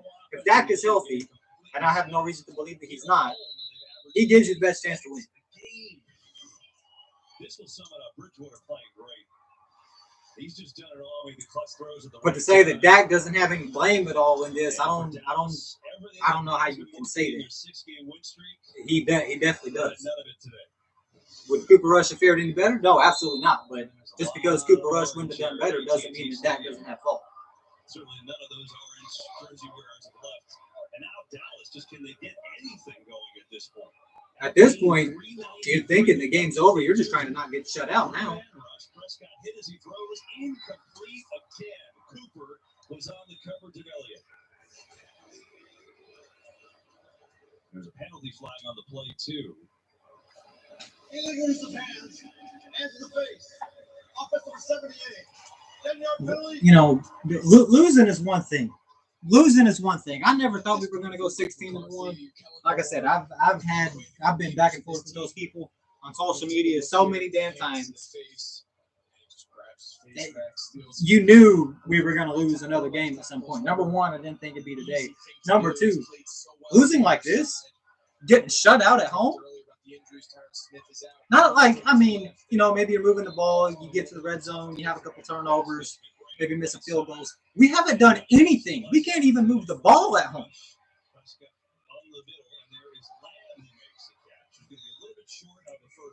And I know that was a question coming into the game about the Denver defense.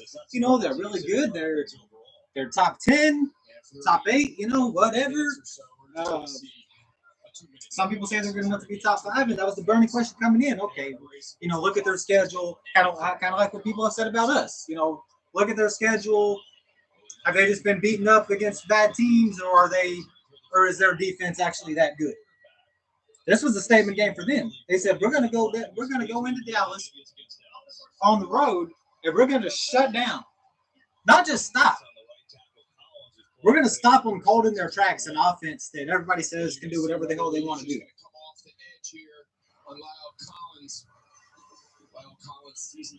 That's what's alarming to me, not the fact that we're losing. How we're losing.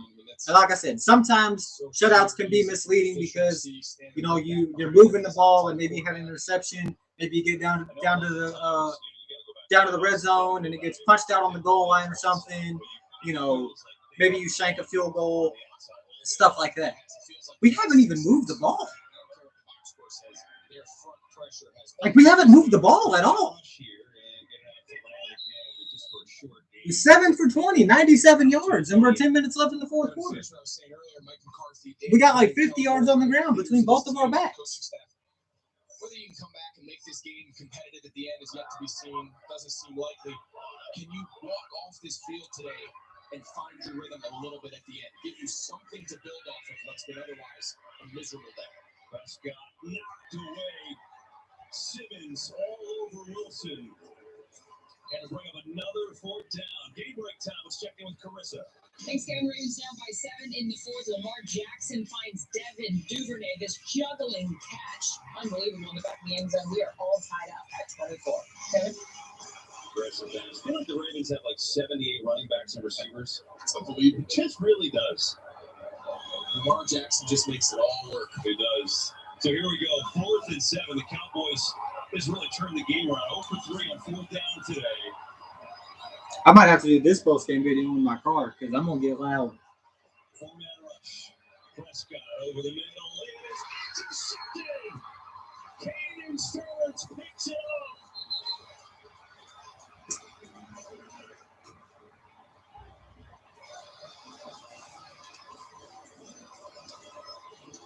Caden Stearns, he baited Dak Prescott to throw this ball. He was playing. Oh, yeah. I'm going to be ranting big time. If you ever go on my page after a game, I mean, anytime, really, but especially after a game, because there's some times when I want to do a video and I'm just not home or something like that. Because I don't live by myself. There's other people that live here. So if I know, like I already know before, there's times that I record in here and I get loud without trying to just because my emotions blow up. But if I know before I even start the video that I'm going to get loud and it's going to get out of hand, I try to have respect for the other people who are on the other side of these walls. And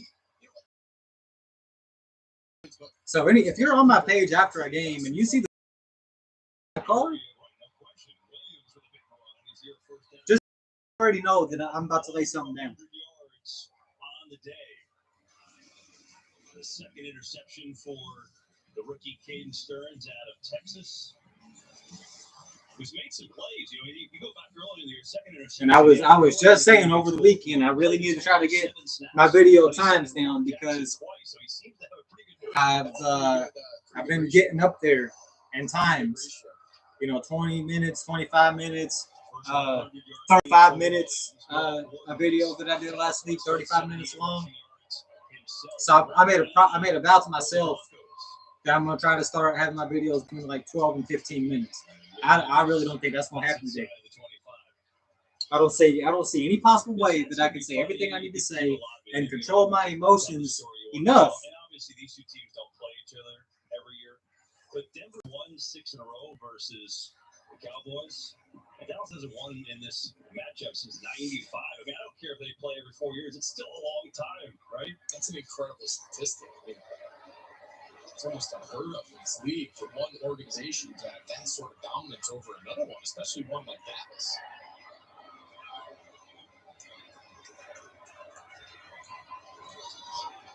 The downside of doing it on my phone is sometimes right after the game, my mind is all over the place. So when I'm recording in here like I normally do, I have my phone and I can pull up the game and look at stats and stuff like that and stop stuff off. I'm not going to be able to do that. But that's the only downside to it. It gives me a lot of freedom to sit in there in my car. I'm outside. There's nobody around. I know nobody can hear me. I can be as loud as I fucking want to be and just let it fly. And there's going to be some stuff flying. I'm doing pretty okay right now because the game is over. And to be honest, it's been over for a while. But once I get in that mode and I start going off on people, that's all she wrote. Got smaller over the years. 3rd and 5 for the Broncos. Williams going to get it again. Tries to get to the edge. He goes left and right, but that time could not get far. Knocked out by Parsons. So now, you know, with all the, to come out here and play like this at home. Haven't beaten anybody good, and they have to trade away their best player, and this whole regime is kind of on pins and needles. It's a lot of people that said this game was going to be a blowout. But they didn't mean this way. It was going to be a blowout for the Cowboys. You were half right. It was a blowout. Reading the media clips, you would have thought they had won a game. You thought they were 0-8. I guarantee you those clips this week are going to be a complete 180. They're going to the Super Bowl, the AFC. No, but all seriousness, they have just come on the road against arguably the best and hottest team in the NFL. McManus trying to get on track, and he gets up and puts it through. 42-yard field goal. It's a 5-score game with 6 minutes left. If it wasn't over before, it's over now.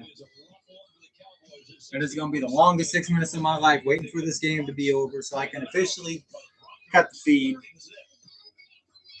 and fucking go outside and say what I really want to say. I have a plan right now. At T-Mobile, customers on Magenta Max can get the new iPhone 13 Pro, and T-Mobile will pay for it. It has the most advanced iPhone camera ever. I'm talking new customers. I'm talking existing customers like Ronald. The new iPhone on T-Mobile. Let's do it! New existing customers upgrade to the iPhone 13 Pro on us. Our most popular. There's 2 times when I pace a line. Number 1, well 3. Number 1 if I'm nervous, which I'm clearly not. Game's been over forever. Number 2 if I'm excited. Clearly not that. And number 3 if I'm trying really hard to hold something back.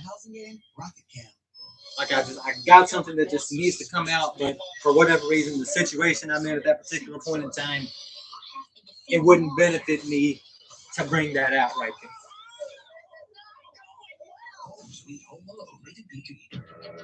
Super handling all-wheel drive.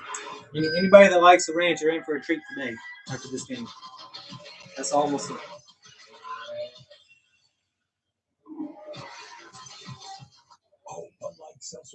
And it's probably not the way that you think it's going to be. I'm not going to rant on who you probably think I'm going to rant on. And I'm not going to rant about what you probably think I'm going to. Morning already? Taco Bell's toasted breakfast burritos will get you out of bed with fluffy eggs, crispy bacon, and a melted blue cheese bun, all toasted in morning perfection. You're not dreaming, they're real. Only at Taco Bell. The Medal of Honor is awarded for bravery in combat to those who go above and beyond the call of duty, risking their lives to save others, overcoming. We salute these extraordinary Americans. We will always be inspired by their heroes. Let's all come together to build a museum in their honor. The National Medal of Honor Museum. On a mission to inspire America. Join the mission at mohmuseum.org. Broncos. Like I said, Bones, it bothers me not because we lost. I never thought that we were going to go 16-1. Never thought that. Never thought that. I've mentioned it in several of my videos that all the people who's saying we're going to be 16-1 need to shut the fuck up, and this is why. Because not only do I get tired of hearing it, the team hears that shit and they buy into it, and then they come out here and they do stuff like this. I'm not to the point of barely able to control what I'm saying because we lost the game. 30-0 at home, and we can't even move the damn ball. We can't run it. We can't pass it. We've had a couple of good things happen to us. The big return to start the game by Tony Pollard. I blocked. I think it was either Jordan Lewis or Donovan Wilson. Interception got called back because of a flag on the other side of the play. You know, it's incredible. Things changed in the NFL. The narrative for Dallas was they got the best shot, number 1 team in the NFC, home field advantage. Almost another interception. That was Stearns again, and that would have been for 8 out of 23, 102 yards, 0 touchdowns, and an interception. America's game of the week, one of those anticipated matchups of the year. A little caveat now, right? Because no Aaron Rodgers. Jordan Love starting his debut against Patrick Mahomes and the Chiefs. Also, the Cardinals and 49ers. It's a really good game. Check your local listings for which game you'll see right here at Fox and the Fox Sports app. This is the 100th game of AT&T Stadium. The Cowboys have never been shut out. And they're trying to avoid that fate today as Elliott spins his way out to the 40 as a first down. It's kind of interesting to see Ezekiel Elliott still. Well, we're going to learn a lot about this team next week against the Falcons. I'll tell you that. Sure, if I continue to give him hits. And Prescott, even though it seems fine for the injury, he gets sacked. And again, it's Cooper. Essentially the guy replacing Von Miller, his second sack today. We started the broadcast, KB, saying sometimes it's not easy being the backup to Von Miller. You're trying to find your way. He's obviously the man. All of a sudden, he leaves, and you got no one. You're not looking over your shoulder anymore. That's your spot. And you talk about taking advantage. Prescott. I guess that turn or that block punt, which seems like it was 3 weeks ago. Beginning of the third quarter, Denver recovered it because it got to the line of scrimmage and it changed everything. Because Dallas' small window of opportunity disappeared. I have to jump out of my skin right now. 3rd and 15. Free play, free play. Wow, they got a first down. Has that even happened today? I'm not that oblivious. I know that we've got another first down, but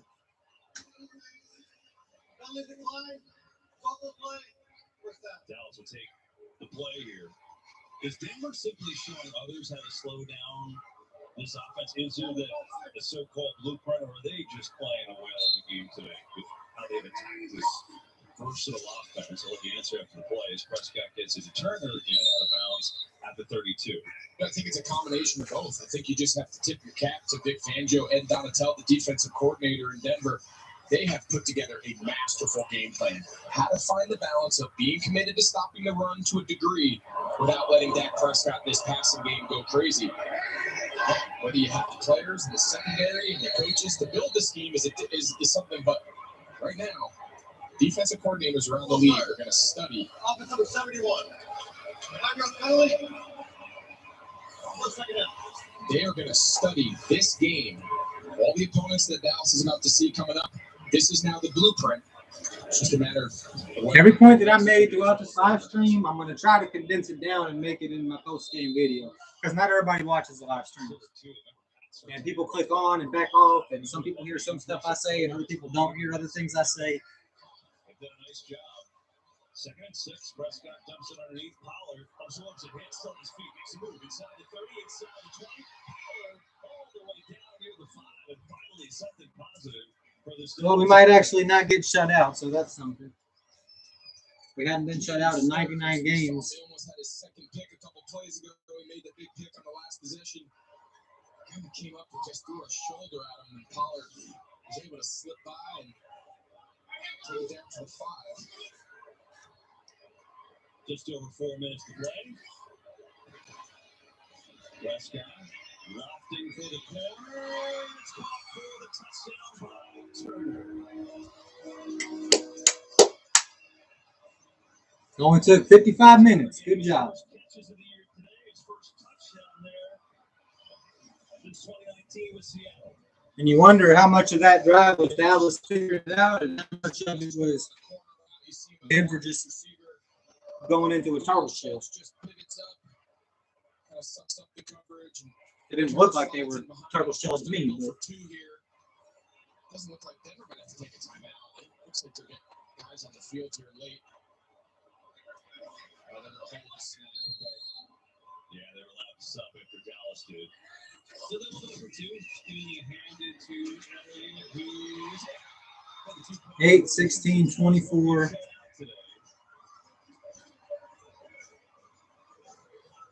I mean, I guess the question is how many watermelon kicks do they have in their arsenal? I mean, might as well ask the question. So we need another touchdown and another 2, and then 2 more touchdowns and 2 extra points. It would take miracle's not even the right word. It would take something bigger than a miracle. It's certainly possible. I've seen too much crazy shit in the NFL to say anything is impossible. But win this game, right? Even though we've got some time to go here. Again, you think about where they stand in the division. The answer is they're right there. I mean, they're going to get to 5 and 4 to win. Vegas is losing by 7 to the Giants with 2 minutes to go. So that is a possibility going 5 and 3. Who would have thought Kansas City would be last place in the AFC West? In Philly a little bit later as well. So that division now, with this kind of quality win, is wide open. And that's why Vic Fangio was really clear in the media this week. They kept asking him, was Von Miller's trade a sign that you guys are in a I went ahead and penciled that in as a loss for the Giants playing the Raiders. So good for them.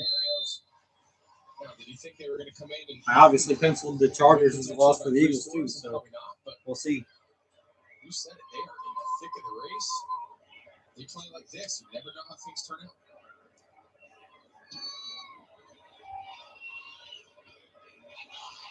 Spencer has some trouble corralling it, and it will fall down at the 21. Surprised they didn't outside kick it there. So Denver will take over, kind of strange. So you look at the longest active playoff drought in the league. The Jets are not going to get there. The Bengals looking like they could be a playoff team, even though they're getting beat up today by Cleveland. Cardinals also looking like a potential playoff team. And now the Broncos, well, they're right in the mix and a chance to get back for the first time since their Super Bowl in 2015. Those are the longest droughts in the NFL.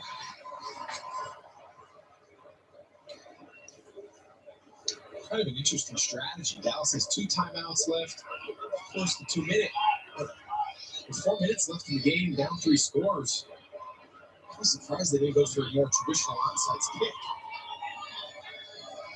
Yeah, I guess you had to catch them off guard there just a little bit as they will run it to Gordon. And we have another game break. Let's go back. Only way we have a chance in this game is if somebody punches the ball out. Scores from 1 yard out. Ravens have now scored 21 points unanswered as they lead 31-24. There's no lead is safe with Lamar Jackson. He really isn't. I mean, just seeing the plays, the highlights in the game break, feels like quite the exciting game down there. Baltimore coming in 5-2. Browns are all over the Bengals, so that division's going to get real interesting and real close now. 34-16, they lead that game. Talk about answering questions here at Teddy Bridgewater. Well, Baker Mayfield answered a lot of controversy all week. Was he holding Odell back? Odell wanted out. Well, the Browns have 34 points on the board. So I think they did just fine. Broncos just looking to eat some clock. And the other surprise, Craig, besides our game, Jacksonville is beating Buffalo, and it's 9-6. How does that figure? I mean, this is a wacky day in the league. The NFL is always going to be the king. So, assuming we stop them here, which you really can't assume that. They've been running the ball well pretty much all day. Assuming we stop them here, we're going to get the ball back with about 3 minutes left. That's what makes this league so special. You would have to score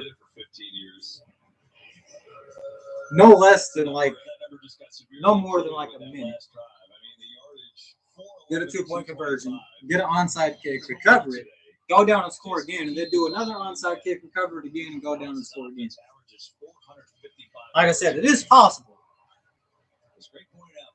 But you're talking 1 in 10 billion odds.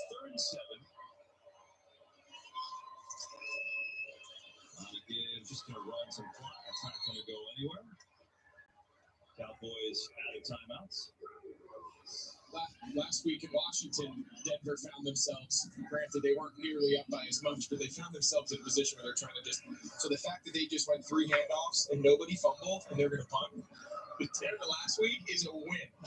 Last week was almost a complete. And if they get the ball again, they're not going to have to run a play, so that was our last chance to get a turnover. Trayvon Diggs went the first 6 games of this year with at least 1 interception. He had 2 against Carolina, 7 in 6 games. And then since then, he's gone 2 consecutive games without 1. Turnovers as a whole have been kind of dry. And Dallas take over with 3:03 to go. Down by 22. You just turned down the game and wondering how in the world did we get here?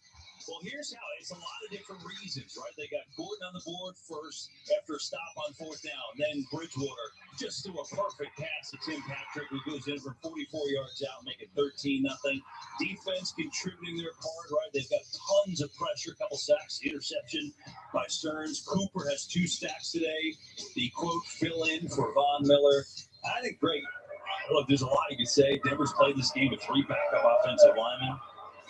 But for me, the statement was made back in the first quarter as Prescott again pressured, and this time he stays alive. Harris all over, make a leap. I go back to the 2 fourth-quarter tries that they were stopped on both times, and it just felt like it gave Denver this life in that first quarter. It did, and those were the matchups we talked about coming off to the air.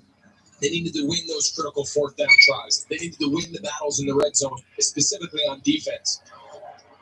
Little did we know they were going to just completely suffocate it, but they won those matchups early. They won those quick, decisive plays, and their confidence just builds. I said 4th quarter, I mean 4th down there. On 4th down, Gets under pressure, just going to run and slide on down. Prescott's worried, man. He's running the ball, putting his body on the line in the game that 99 out of 100, we're not going to win. But he's still out there fighting and battling, and he hasn't had a very good game today, all in all. So, good for him. 31. And got a completion to show first down to the 46. Cowboys, great. 6-game win to an end here. And here's what they have upcoming. We'll actually be back here next week for the game against the Falcons. With a lot of storylines there. We got the Falcons and the Chiefs, and then we got Raiders, Saints, Washington. Today, that game minute to go, and they're up by That's 5. that See if they get Thanksgiving gauntlet we like to do every year, 3 games in 11 days. That'll be interesting. Prescott loading up, going deep down the field for Lamb. Knocked away. Good play back there by Ronald Darby as it takes us to the 2-minute warning. Denver Broncos all day, 30-8. They lead it. 2 to go.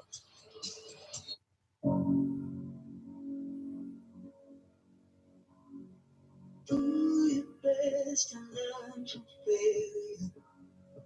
One day, you know, it takes a little more time.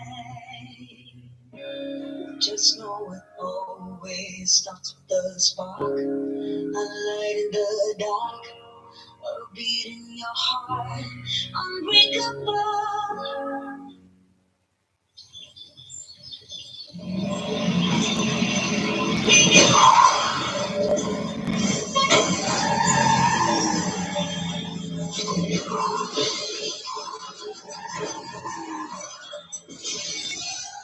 Just think, he'll be driving for real soon.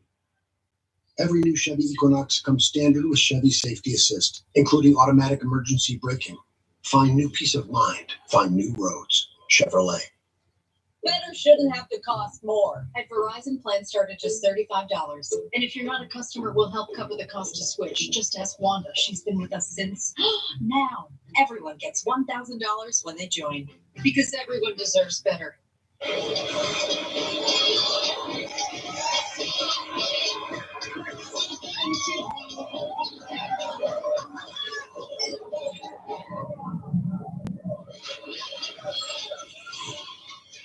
Alice loves the scent of Gain so much, she wished there was a way to make it last longer. Say hello to your fairy godmother, Alice, and long-lasting Gain scent beads. Try Spring Daydream, now part of our irresistible scent collection. There's hot. That was Ghost Pepper Nugget hot. Fill the flame at BK with 8 pieces for just $1.49. And I'm fucking tired as hell. I've been up since like 1:30 this morning, so that's not helping my mood right now. Week 9 continues later today on CBS and Fox. Then tonight on NBC. Tune in tomorrow for Monday Night Football on ESPN. Stream games on mobile with the Yahoo Sports and NFL apps. Today's game is sponsored by Burger King with Ghost Pepper Chicken Nuggets, just $1.49. Don't fear they eat. Here's to the tree. Cheers to the tree. Here's to the tree.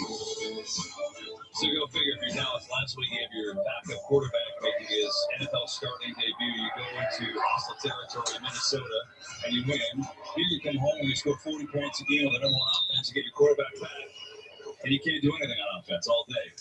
And often the most difficult. You can at least make it respectable because point differential might come into play. Coming off a win like last week, we're on top of the world. Maybe you don't prepare the same. And you come out of a game like today. Elliott's got it, and he's going to spin his way for first down. And so, how do you prevent that? Point differential might Yeah, I think today, come into play for seeding later. So comes in, whether we it's don't want to leadership or Dak just Prescott, completely give up and stop trying to today move the needs ball. be the exception. The previous But at the same weeks, time, we you worry about getting Dak hurt when the game is out of reach. You worry about getting Zeke or CD hurt when the game is out of reach, or Amari. Losses and extend because you're feeling sorry for yourself. You lost today. They beat you in every conceivable way. You need to move on. You need to move on. Move on to next week. There's Prescott. Looking around and trying to build some momentum. There's Smart. There's a bunch of catches the last couple of drives. We've got a game break. Falcons Saints. Let's see what's going on there, Carissa Thompson. Well, let me just tell you, Kevin, Saints trailed by 18 earlier in the fourth, down by 5 here. Trevor Siemian connects with Kenny Stills for an 8-yard score. Trevor Siemian doing his best Cooper Rush impression. Yeah, I didn't think Malik Turner caught that.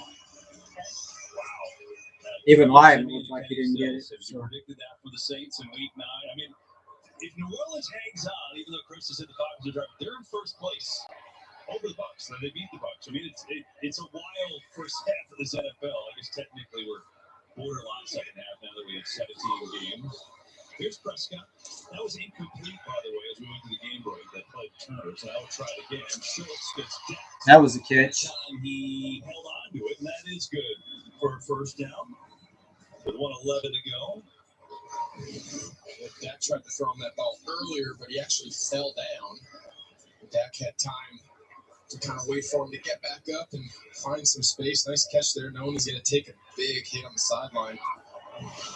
It's kind of the life of the tight end, unfortunately. Oh, here we go. It's true. Did I play the violin or? No, don't feel sorry for me, man. That's just the way it goes. Early bird and go back. You catch it, and then you take the chops going out of bounds. And you're like, all right, awesome. Appreciate it. That might be the new slogan for T University.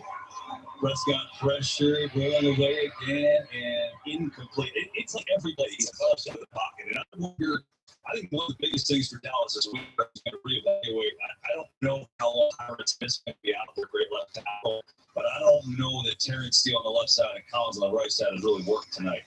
It hasn't worked today, that's for sure. And, it's hard to say, it's hard to project how long Tyron Smith will be out, but if you ever wanted to appreciate what he means to this team, today's a pretty good indicator. They have just really struggled on the edge and pass protection. This Broncos front has put Dak Prescott on the run consistently all day. Second goal pressure again, gets rid of it and is caught for the touchdown. All right. The score has got to feel better going into next week with under a minute to go. By the way, the Raiders have lost to the Giants, so Broncos fans will be happy to hear that. And again, the Chiefs and Chargers both play shortly, a couple minutes. So that division is going to be all kinds of close at the top. Now let's go for two.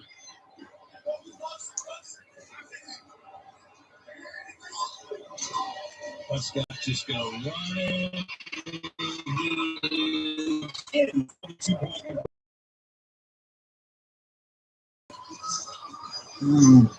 A reminder, stick around just after this one, as the second part of our doubleheader comes up next. Aaron Jones and the Packers, they've got Jordan Love starting for the first time in his NFL career.